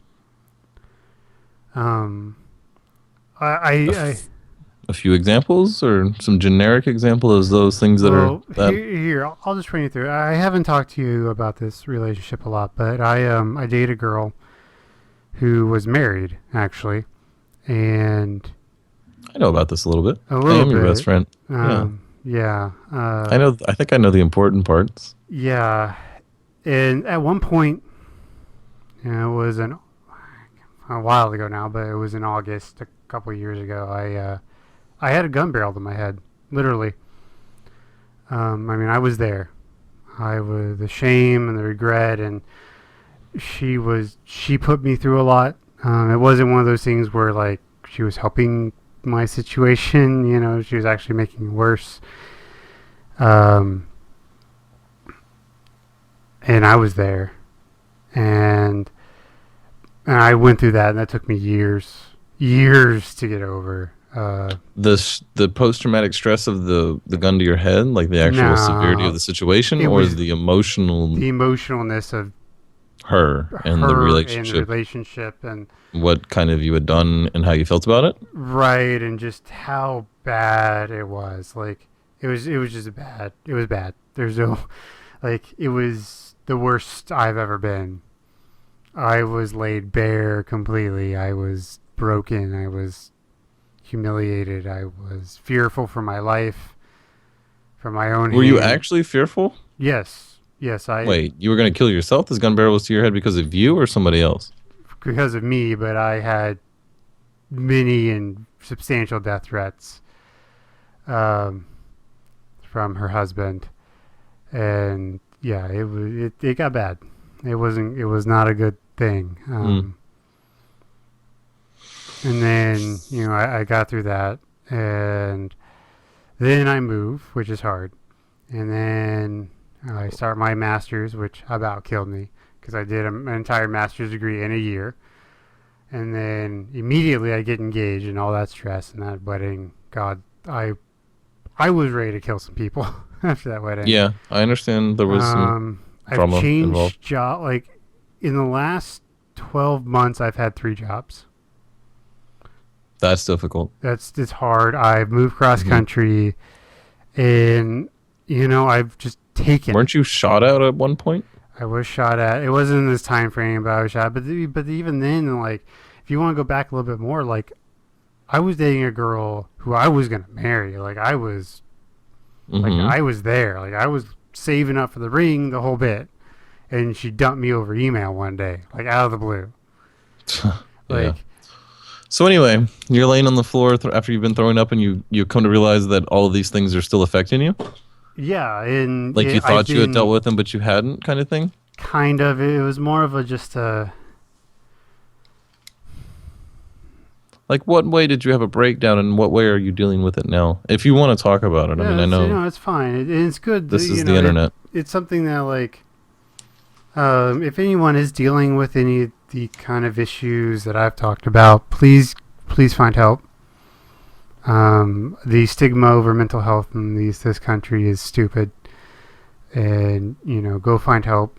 Takethis.org is an amazing organization. If you want to find someone online that can help you, go there. They will help you. It's fantastic. Take this, like TAKE. Yeah, and I'll put the show notes. But it's sort of based on Zelda. Take this because it's dangerous to go alone. And they use gaming references in actual games to help people deal with mental issues, and it was just one of those things where I was like, there was something wrong. Like, I didn't realize that something was wrong, and I was just carrying all this weight. I've been sort of self-medicating with alcohol and other things, and it just got to the point where I was just pushing myself so hard, and I wrapped everything up so deep I couldn't feel anything anymore. Really? And, right, and so I think we all know what that feels like a little bit. Yeah, and I was so scared to feel because every time I felt it hurt, because I went through a string of relationships that were all very bad. Well, they shouldn't say bad, but they were all very painful. And then other ones, and I was just at that point where I'm just like, something's wrong. And now,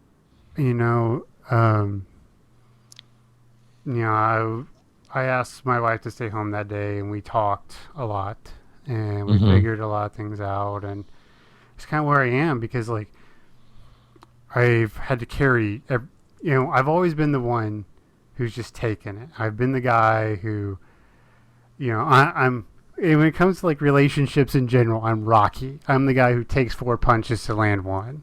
That's just who I have been, and it's been bad, and I've had to let go of a lot of things, and things like, and habits I didn't realize I had formed from all these bad experiences, and I'm in a really good place. I'm in a much better place than I was a couple weeks ago. That's for sure. So you feel better now than talking about it with your wife and kind of actually trying to deal with it instead of ignore it. Right. Well, and part of it's just understanding that there is a why. That you do feel this way. That you are self-medicating. And wrong. Something is just, something is just wrong, and there's some power in acknowledging it. Right, and I mean, it's the first step to fixing it, and it's been hard because, like, I've been down, but I'd just been so beat up. I mean, it's probably like I wouldn't say depressed. Probably the best word is just beat up for so long that it just tore me apart. And I barely survived it a couple of times. I really didn't. But now we're here, and now the internet knows everything. Yeah, I would say that doing this is one of the things that I really look forward to. It's really helped me out. Mm-hmm. Like it really makes me I enjoy it. I appreciate it. All 5 listeners who listen, they make me feel good about myself. So at least I already know the name of this episode. The one that got super real. Yeah, the real one. Yeah, I'm one of those guys. My family genetically, like,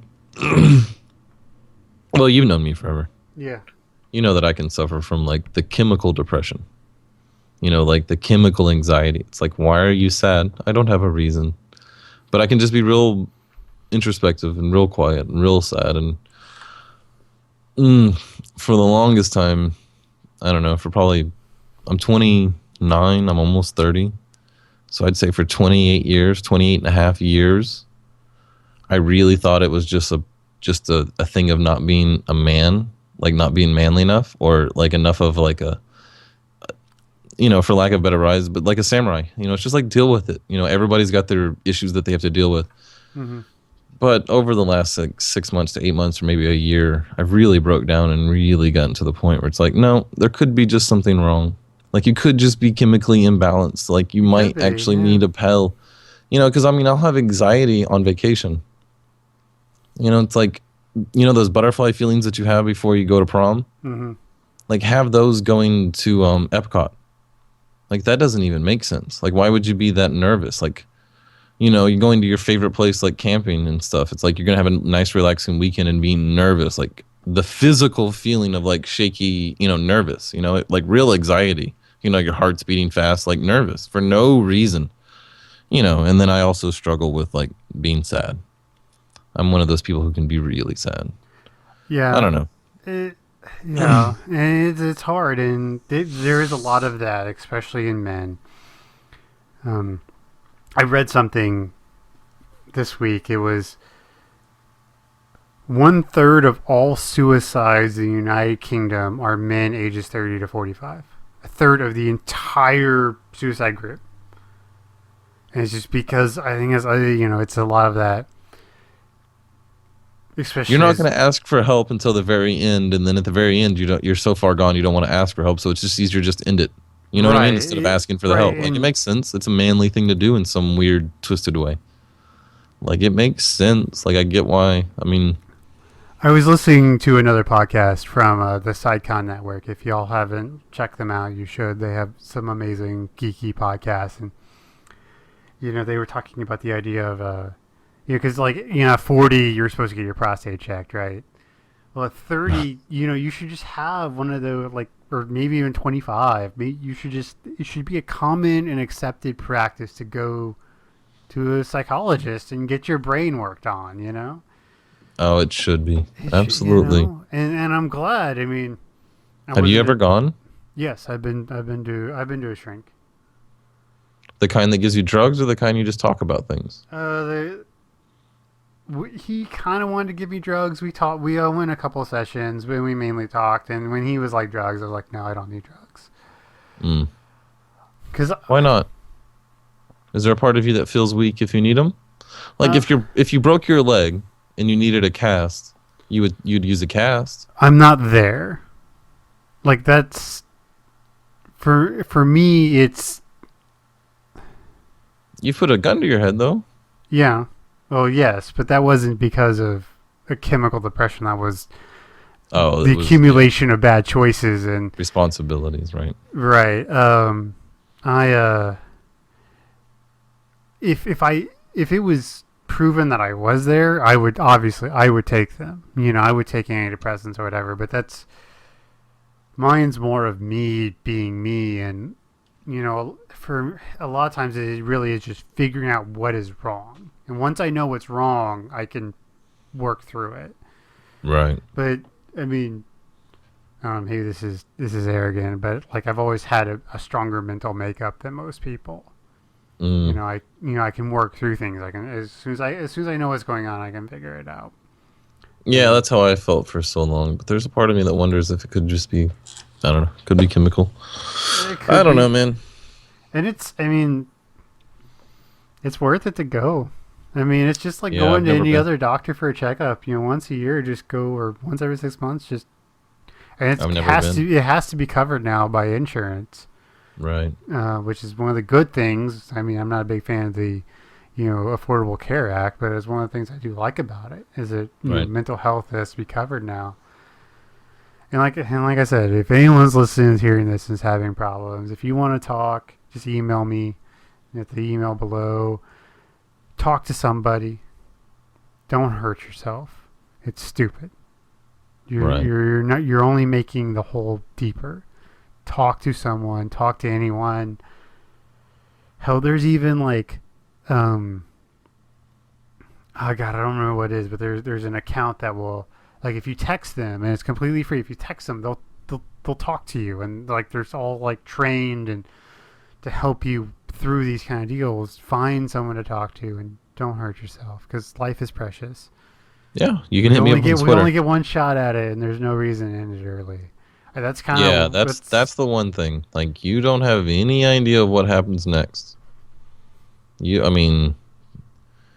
are the universe experiencing itself. That in itself is one of the most precious things that could possibly be. Like, don't throw that away. Like, things can change.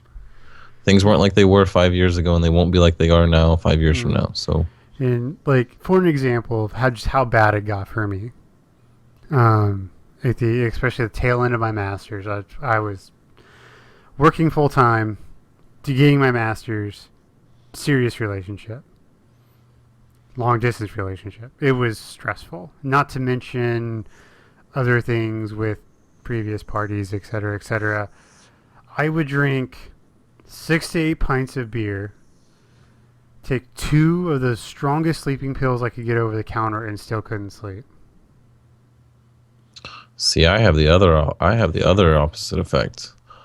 I can go to sleep at any point. I'm always tired. I'm always ready to let this world go away. I can take a nap right now. I can take a nap 2 hours after I woke up. Like, it's just like, it's just one of the greatest excuses to let this world go by is to take a nap. Like, that's one of the ways I deal with it. I can always go to sleep. But when I do go to sleep, it's the worst kind of sleep. I never get there. I never get any rest. I'm just always tired. I'm always restless. Yeah, I know that feeling. I know I struggle. Yeah, if there's anybody out there that wants to talk, man, hit me up on Twitter. Like, it's, the email, but just Twitter. Right. Yeah, absolutely. I wouldn't mind it either. Wouldn't bother me. But anyway, this is kind of sad, kind of real. Let's talk about something more fun. Okay. You've had pets before. Yes. If you could ask your pet one question, like in some weird genie scenario, your pet wished to talk to you and you get to ask one question, what would it be? What would you ask your pet? What can I do to make you more comfortable? Right. Yeah. Yeah. Are you happy? Yeah, that's a good one. How stupid do you really think I am? Right. Like, the dog looks at you and he's just like, you're a fucking idiot. I guess you could ask him something more like, do you always understand me? Like, I can't understand you, but can you always understand me? Like, when I talk, do you understand what I'm talking about? If so, I'll talk, you could, that would change your relationship. You might talk to him differently. Okay.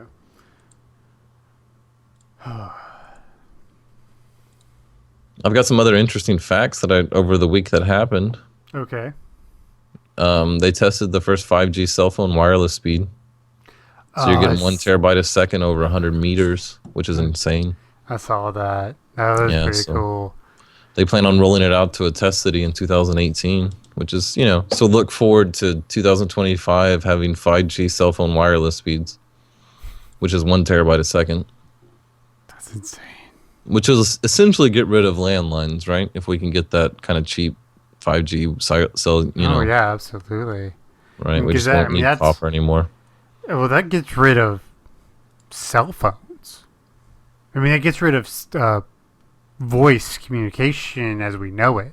Right, it'll be all data. Yeah. I mean, Skype. Yeah, this kind of conversation instead of this is only megabits. Right. This is 100. I mean, I'm on 100 megabits a second. And imagine your cell phone sounding this clear. Yeah, I mean, it would change the world. Right. It's coming. That's just one thing. They're testing it now, so as long as we don't blow ourselves up. That was an interesting fact. Do you ever wish you could see everything moving around in the air? Yes, like if you had the sight, like Uh-huh. the Magic School Bus episode where they put the goggles on and they could see sound. Uh-huh. Yeah, but Yeah, instead of sound, you it's get to like the see all the cell waves Wi-Fi and the and data and the yeah. they're all on a different isolation and they're all a different color or oscillation. And like, cause look, I get how, like, intellectually I understand how like Wi-Fi works, but on a practical level, I'm like, that's fucking magic. It's fucking magic. Yeah, that's fucking magic. Yeah, all of this stuff, like a computer screen or a computer, that's all fucking magic. Absolutely. Right? I'm like, I look at these graphics and I kind of take them for granted, right? It's like, I mean, I can see you. You are, God, about 1,500 miles away from me. I can see you crystal clear. Instantaneously.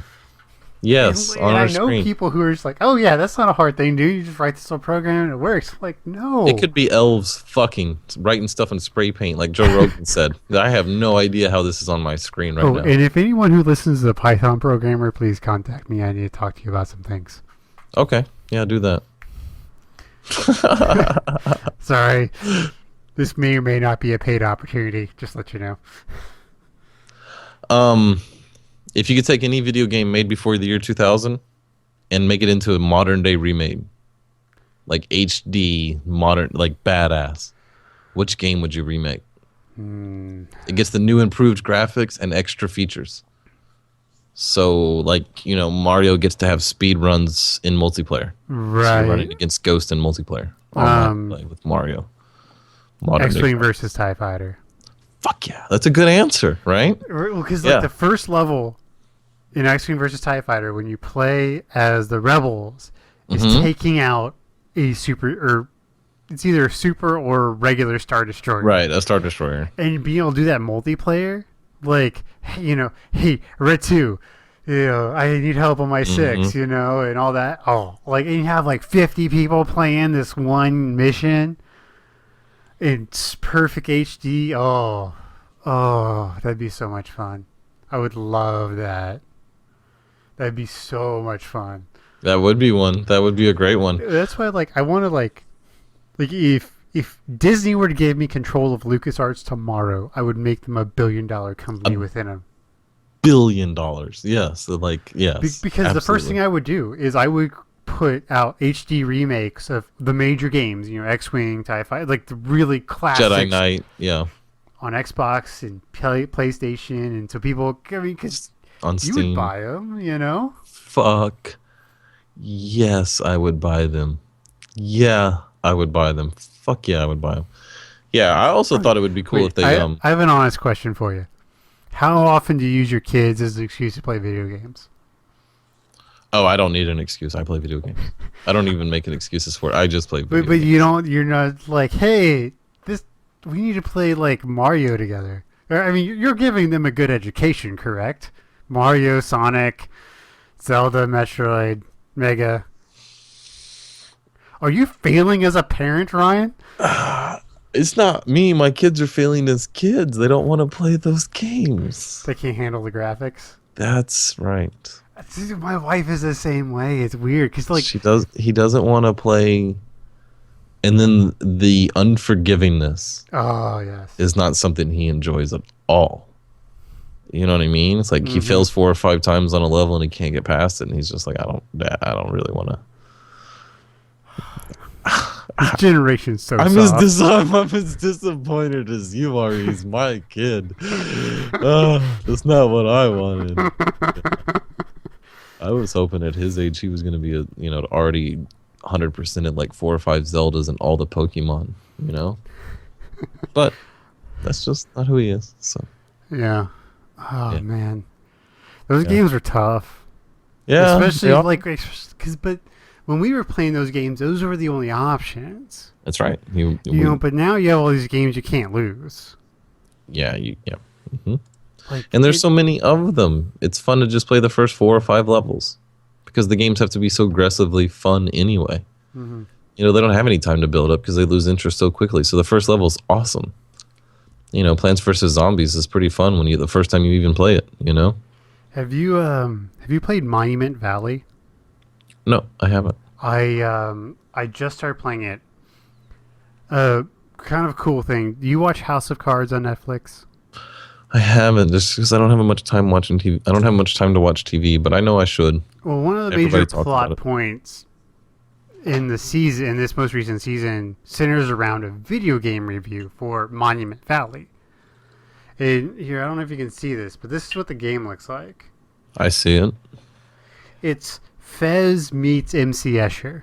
Like it's like what Fez should have been. Okay. But instead of moving the world, you move pieces. But it is that whole, forced perspective kind of thing. Oh, it's kind of expensive for what it is, but it's beautiful. The music's great. I'd highly recommend it if anyone wants to pick it up. But it's a lot of fun. It looked cool. It's on your phone. Mm-hmm. What about it on the House of Cards? Like, what about the episode? Like, what was the review? Like, what did it matter? It was in the episode. Well, not spoilers. Actually, by the time this episode will come out, hardcore spoilers. Things might get spoiled. Skip a minute. Yeah. The main character he's trying to push this legislation through, and because one of the things about the main character is he plays video games, but he's a Call of Duty guy. Like through the entire series, he plays Call of Duty. Mm-hmm. Like he loves it. Like that's his thing. That's how he unwinds. The main character? Yeah. Really? It's actually pretty cool. And it's Kevin Spacey, who's an awesome actor. That's crazy. Okay. But he wants a book written to help sell this piece of legislation.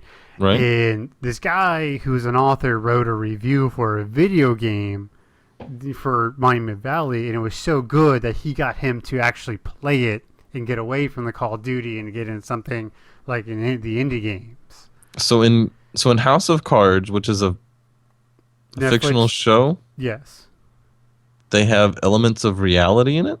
Oh, lots, yes. So that game is that review real? I don't know. No, the review isn't real. But the game that they're talking about in the show is real? This is the one on my phone, yes. Wow, the delusion of reality in that is so kind of cool, right? Yeah, you need to watch House of Cards. Like it's one of Okay. those like But people say that about Game of Thrones and House of Cards is better. It's a lot better. throwing down the gauntlet. Bam. It just is. Well, I like Kevin Spacey too, so you might get me to do it. Yeah. Well, it was. If I remember right, it was originally supposed to be a Showtime show. And Netflix came in at the last second, outbid them for it. That's not what I heard. I heard Netflix developed it because of their marketing, not marketing, but their research team looked at people that had highly rated Kevin Spacey shows, also highly rated political dramas. So they took Kevin Spacey and made a political drama out of it. That's what I heard. Well, maybe. not be true. But Anyway. But no, they did. It was Showtime had it locked up to be a Showtime show. I didn't know that. Okay. Yeah, I didn't and know they that. went in and outbid them. And it's really cool because at Netflix, they dropped the entire season at once. Like, it's not week to week. Like, the moment it hits, you have all 13 episodes. That's the new model. It is the new model. That's the new model.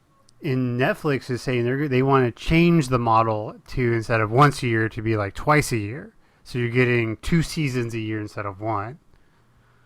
Oh, that's awesome. Mm-hmm. Oh, and their shows, like, have you watched any of the Netflix originals? I know you don't have a lot of time, but... No. What are the Orange is the New Black Orange is or the New House Black of Card? Is very good. No.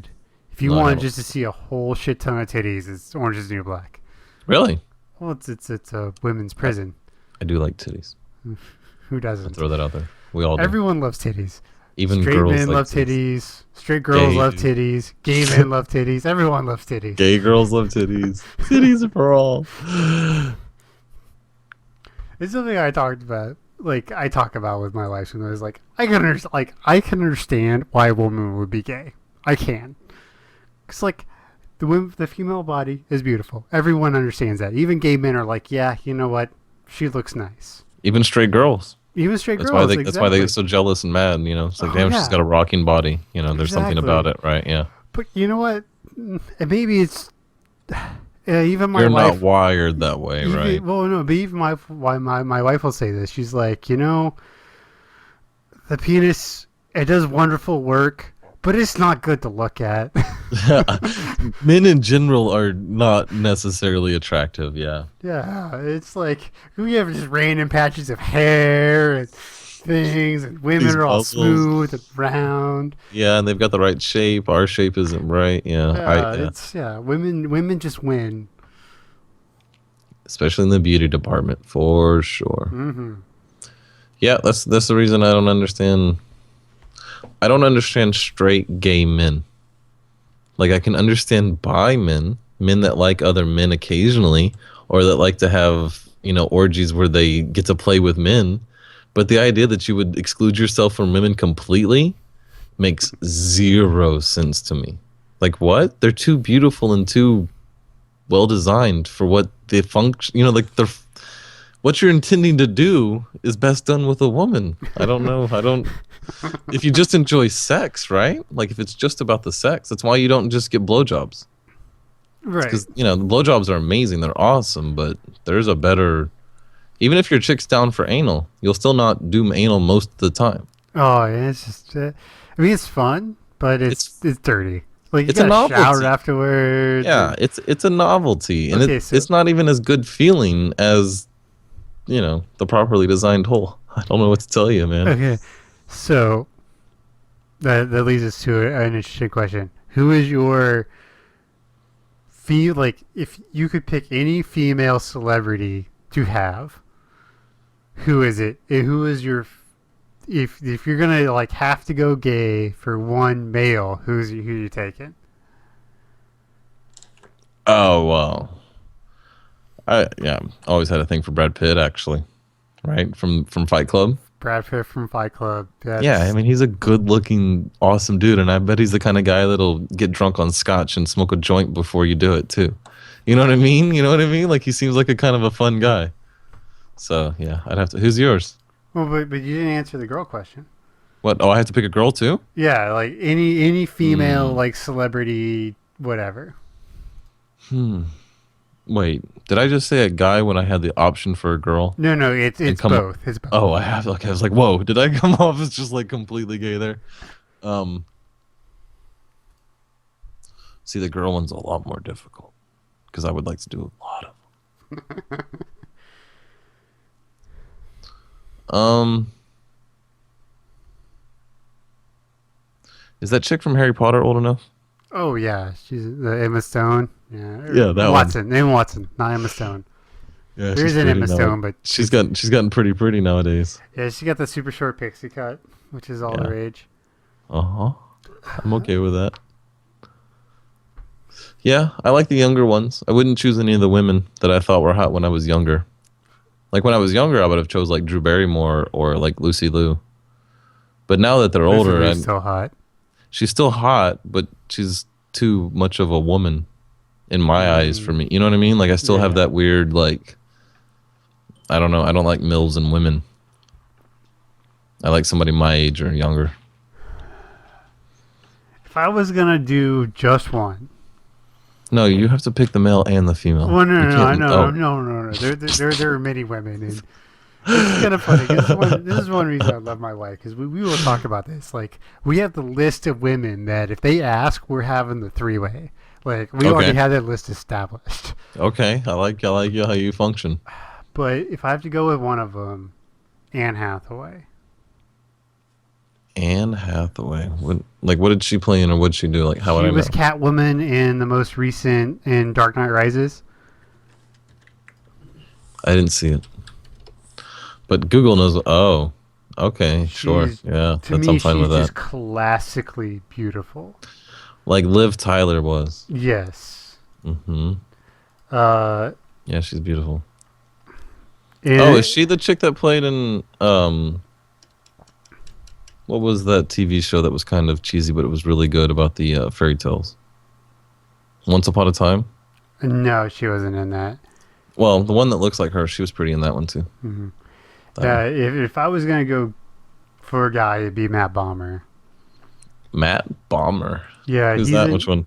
I just sent you the link. Okay. Yeah, he's gorgeous. You should. Oh, and what is he playing? Why does he look familiar? He's in White Collar. He's also in Magic Mike. Have you seen White Collar? Good looking. No, I haven't. Oh, I think you would really like White Collar. Do you Okay. remember the movie Catch Me If You Can, Leonardo DiCaprio? Yeah, it's a great At the movie. very end, where he starts working with the FBI. Okay. So he's the con man who starts working with the FBI. Well, White Collar is that. Oh. And he's run his own side cons, and it's pretty good. Yeah, I guess he would, wouldn't he? If you read the internet about Matt Bomber, it was like the day he came out as gay, like so many women just like lost, like became so very sad. Oh, he's gay. He is gay. Yes, he's very. Oh, that's a way better choice. That means he's good at it. I don't think Brad Pitt's necessarily gay. No, I had a pen. If I could look like anyone, it would be Brad Pitt from Fight Club. Like if I could look like that, I would do it. Like yeah, right. Like, I like his fashion, the haircut, the physique, the fucking abs, and he's because we're both tall, skinny guys, and I don't want to be like Captain America or Thor. Like I don't want to be like those guys. No. I want to be like that strong, wiry. MMA, yeah, real lean down, solid, yeah. I'm not a big MMA person. I personally think it's mostly stupid, but really, yeah, I'm not a fan. Why? Not a fan. I'm just not a fan. In what way? If you don't enjoy watching it, but why does that mean it's stupid? Because it's supposed to be mixed martial arts, and it's not really.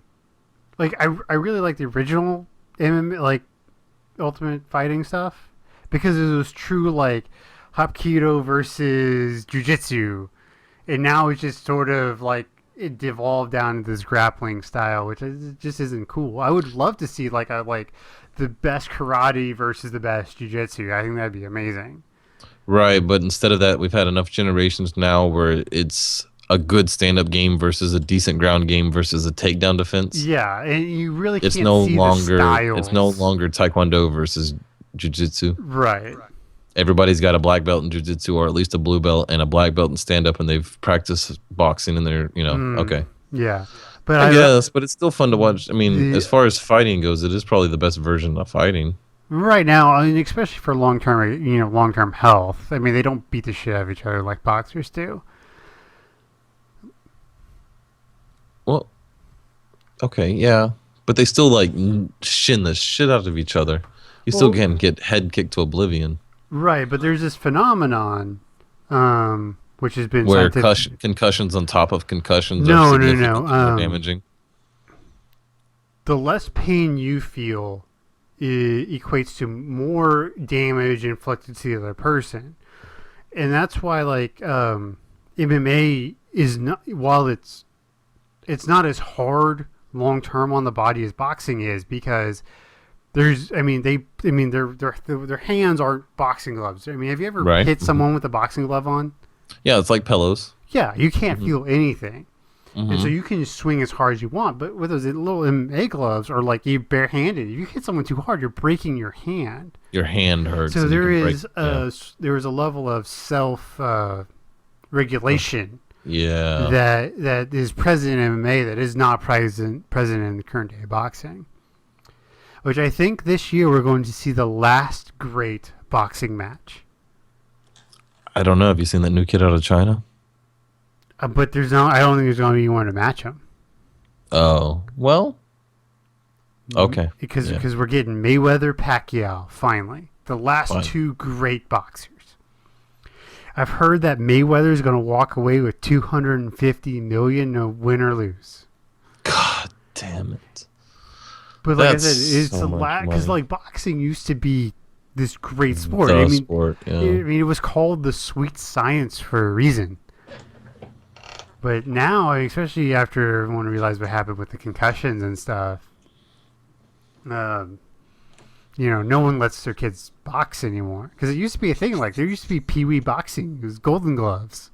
Really? Oh yeah. I didn't know that. Oh yeah. It was like especially up in the Northeast, like, Golden Gloves was like just as ubiquitous as Little League Baseball was. So did you see the MMA fight? The title bout between Ronda Rousey and the other chick? Like 14 seconds or... Yeah, did you watch it? It It's you can get it in one GIF. I can find it for you like real quick. But what do you think of that? I mean, that's impressive. But it's also kind of ridiculous, you know. I just kind of feel bad for the people who went there or who paid for it, pay-per-view, because those things aren't cheap. No, they're like $50. Yeah. So you get all the way to the title card and it's over. Just like that, before it even starts. Before it even starts. Yeah, let me see if I can't find it. What else was I gonna say? I can't remember. What were we talking about right before the Ronda Rousey thing? We were talking about boxing. Concussions. Sweet science. Oh well, I don't remember. Can't find the GIF either. But anyway, that's because not very good at this search thing on fucking Reddit. Yeah, one thing I will recommend, and this is kind of off topic, but something I remembered I want to talk about. Have you ever seen any of the 30 for 30s? The ESPN documentaries? No, I haven't. They're all on Netflix, and they're all really good. But oh yeah, being the people we are, you need to watch the one on Matt Hoffman. Oh yeah, absolutely. It's called The Birth of Big Air, and it is so good. It's so good. It like gives me chill bumps every time I watch it, because like just how revolutionary he was, and the fact he's from my home state. Well, one of my two states that I call home. I thought he was from both of them. Well, he's Oklahoman, born and bred. He's from, okay. Like, there was one point in my life where I was living like 3 miles away from Matt Hoffman. No shit. Yeah. The Condor. The Condor, yeah, no, yeah, he was. Yeah, I loved Matt Hoffman. He was definitely one of the people I looked up to when I was younger. Him and Tony Hawk. Oh yeah. Mm-hmm. And this thing, like, I guess, was the pragmaticness of us all. God, this girl's a beast. Yeah, are you watching that link? Yeah. Yeah, the Ronda Rousey one. It'll be in the show notes. It's 14 seconds. It's enough that you can just put it in one GIF. You don't even have to put it in a video. Yeah, that's insane. Okay, so a movie that isn't Fight Club, because I'm pretty sure that's the answer. What's the one movie that you're just like had just that crazy impact on you? Like you watched, you're like, yes. You know what? This might be a weak answer, but or maybe not quite exactly what you're asking. But one of the movies that affected me for the longest has been The Truman Show. I find myself all the time wondering whether I'm in a TV show or not. It's a great movie. It's a great movie. I watched that not too long ago. It's a good one. But the one that really got me, that when I came out of the theater, I was like, holy shit, was The Matrix. Other than, Fight Club, I was just like, damn, I really wanted to rewatch it and try to figure out what was going on, or whether that could even be a reality that we were existing in. You know what I mean? Because there's a part of you that has that feeling when Morpheus gives him the speech of like, that there's something wrong. You can't explain it. You can't tell but there's always been a part of you that just knows, like a splinter in your side. And it's like, I know what you're talking about, Morpheus. I know. And I... Yeah, mine for me is probably Watchmen. Watchmen, that was the one where you took like superheroes and turned them into what it would be like in real life. Yeah, like how gory in reality, how real and violent that comic book really is. You need to watch it. Like if you haven't seen it, I've seen it. Yeah, I was blown away when. It's one of those movies, like it's 2.5 hours, 2 hours 45, and it doesn't feel that long at all. But like I just so connected with Rorschach, the whole like, no, you cannot do this. Like at the end when they're realizing that like, yeah, he kind of has to set, like he has to make Manhattan the villain and set off the bomb. He's like, no, people cannot die, and all, like just this visceral. Like I don't want to see myself as a lawful good, but at best I'm a chaotic good. But I'm pretty much like I'm a white in magic. I mean that's pretty much right. It was just like that moment was so pure and so sound. I was just like, oh yes, righteousness to the bitter end. Did you make a reference to Magic the Gathering and being white and lawful and order? Yes. Yeah, okay, so if you're white, I'm blue. Oh, you're a white mage? That makes sense. You're a white mage? I'm a blue mage, for sure.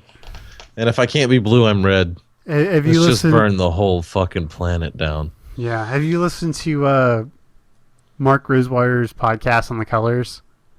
Is it good? Oh yeah, well, you being a Magic guy, you should listen to him because he has this podcast that he records on his drive to work every day. Right. Mm-hmm. And he talks about all sorts of stuff, and a lot of it's really mechanical stuff. Right, design ideas. So it's really good. I'd highly recommend it. Yep, I'm blue, which is all about control and. So understanding and right, mysticism and knowledge is power kind of ideas. Yeah.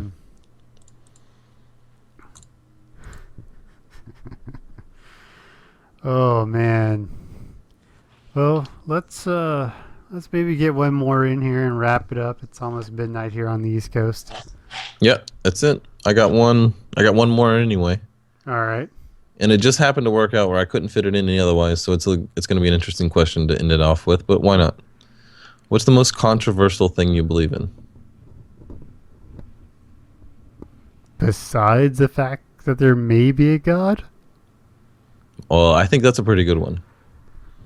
I think that one, which we already kind of discussed earlier, I guess. Yeah. But mine was either a belief in the spirit world, like in more realities than the one that's present, more than the one that we can experience. Like there's several layers. There could be infinite layers, right? Right. So it's either that's pretty controversial. Like that's a pretty dividing line. Mm-hmm. And I don't make a choice either way. I just kind of believe what I believe and I don't get in that argument. Or gay rights. That's a real dividing factor in this. I believe that people should be allowed to be gay if they want. And depending on who you talk to, there's a real, Well, see, I have controversial. I've never heard anyone else espouse this belief on gay rights. Here's my belief on gay rights, or rights sort of in general, that I do not believe that the federal government has the right to define marriage, period. It does not have the right to tax us or anything else on the terms of marriage or anything else, that they only have the right to treat us as individuals. Here. And so that is my belief, and I can fucking go to the Constitution with you if you want to, because I know that shit backwards and forwards. And they do not have the right to do what they do. And I always. You mean it's not okay to get married as a gay person, or it's not okay to say they can't? They cannot define marriage. Marriage is not something that the government has the power to talk about. Okay. It's not. I'm perfect, they don't. Yeah. Right, but that's a controversial subject. Right. Because we could definitely talk about this on Twitter. Like, this is something that somebody might want to talk to you about. Email you. Right. Like, but the thing is like. If you want to talk to Jacob about this, the email is the best way to get a hold of him. Yes. But my idea is that the married filing jointly tax bracket is truly unconstitutional. That shouldn't exist. It shouldn't exist. I'm fine with that too. But what about the other parts that gay rights matter? Well, about, final rights, about when people die, or about visitation rights at hospitals, or insurance rights, or claiming disability rights, or Social Security. Okay, if that whole married, if that whole, because that marriage is a legal entity. Contract. It's basically like forming a company. Right. And in the eyes of the law, that's basically what happens. Okay. I do not believe that is legal. I do not believe any form of that is legal in the United States if you go to the Constitution. And so if you were to dissolve all of that, all those other issues would disappear. That you cannot treat people like, basically, no one has the right unless you explicitly give them the right. You know, or you actually enter into a binding contract with someone else, like, you know, civil unions. So you can enter into a contract to say this person is the beneficiary of everything, has all these rights for me. You can say that. But the government does not have the right to say that for you and for whom that applies. Or to sanctify it, or whatever you want to say. Right. Like to verify it, essentially, right? They don't have to. Okay. Correct. The government does not have that right, in my opinion, and my. So is it okay for you if reading, like 2 guys and 2 girls get married? Like if they. And if they want to enter into, if they want to form their own company, look, we're going to use the civil contract companies. We're going to use that word. If they want to form their own company, go for it. But there shouldn't be any tax incentive to do it. Correct. Perverse incentives. Right, but collecting benefits as a spouse from your insurance policies. If there's a beneficiary out, I mean, benefits from insurance is, I mean, you can name anyone as a beneficiary. Okay. I mean, and so it's just well, I like your version. We should make you president. Yeah, I mean, shit.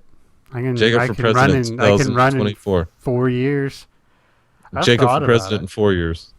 I've thought about it. You may want to stop this podcast. Hey, this podcast will get me elected, motherfuckers. That's right. In 4 years, who knows? We'll keep this together. Yeah, that's it. That's what we're doing. We're running this podcast so we can get Jacob elected. Jacob in 2020, right? Yeah, in 2020, I'd be the youngest president in history. Jacob 2020. Because you have to be 35 to run. I like the idea of that. Well, we can start grassrooting it, now. We can get the idea started. By the time this rolls around, we're going to have 4 years from now, have 15 million fans. Or maybe 5. I'd be happy with 5. Like if we just get more than the 3 that we have now. Just please email us. Hit the subscribe button, something. Yeah, check us out on, Twitter or Facebook, be honest, or email. If y'all like it enough and we could do it, we would do this every day. Every day. If it was worth the time and effort and money, we would do it every day. And we would also produce, YouTube channel, videos and content and all sorts of shit. So if you want to talk about that, I would love for us to do vacations, 42 podcast adventures. Where we just do ridiculous, like we go ziplining through the Amazon, and we go whitewater rafting, and we go snowboarding, and we go. I don't really want to jump out of an airplane, but if enough people want to see it, we'll do it. And we'll put that on YouTube. Like I think that would be. Well, I think we need to do that. We also need to start a Twitch stream. We also need to start a YouTube. You've got the Dota going. I'm getting my OBS running, so we can start there. Right. I think I'd like to make this a whole empire. What? Wizard World, which is a traveling Comic-Con, is coming to Pittsburgh, and you need to come up before then. If nothing else, you need to come up for Wizard World, and we'll do a live podcast, in the same room together. Okay. And go to Wizard World, have some fun. Put some video up on YouTube from it, some vlogs. Straight, yeah. All right, yeah, I'd like to do this. Yeah. All right, ladies and gents, I think that is wrapping up for us tonight. I hope you enjoyed your visit to 42 as much as we did. To the restaurant at the end of the universe. Yes. And here's to all those humans and the late great human race.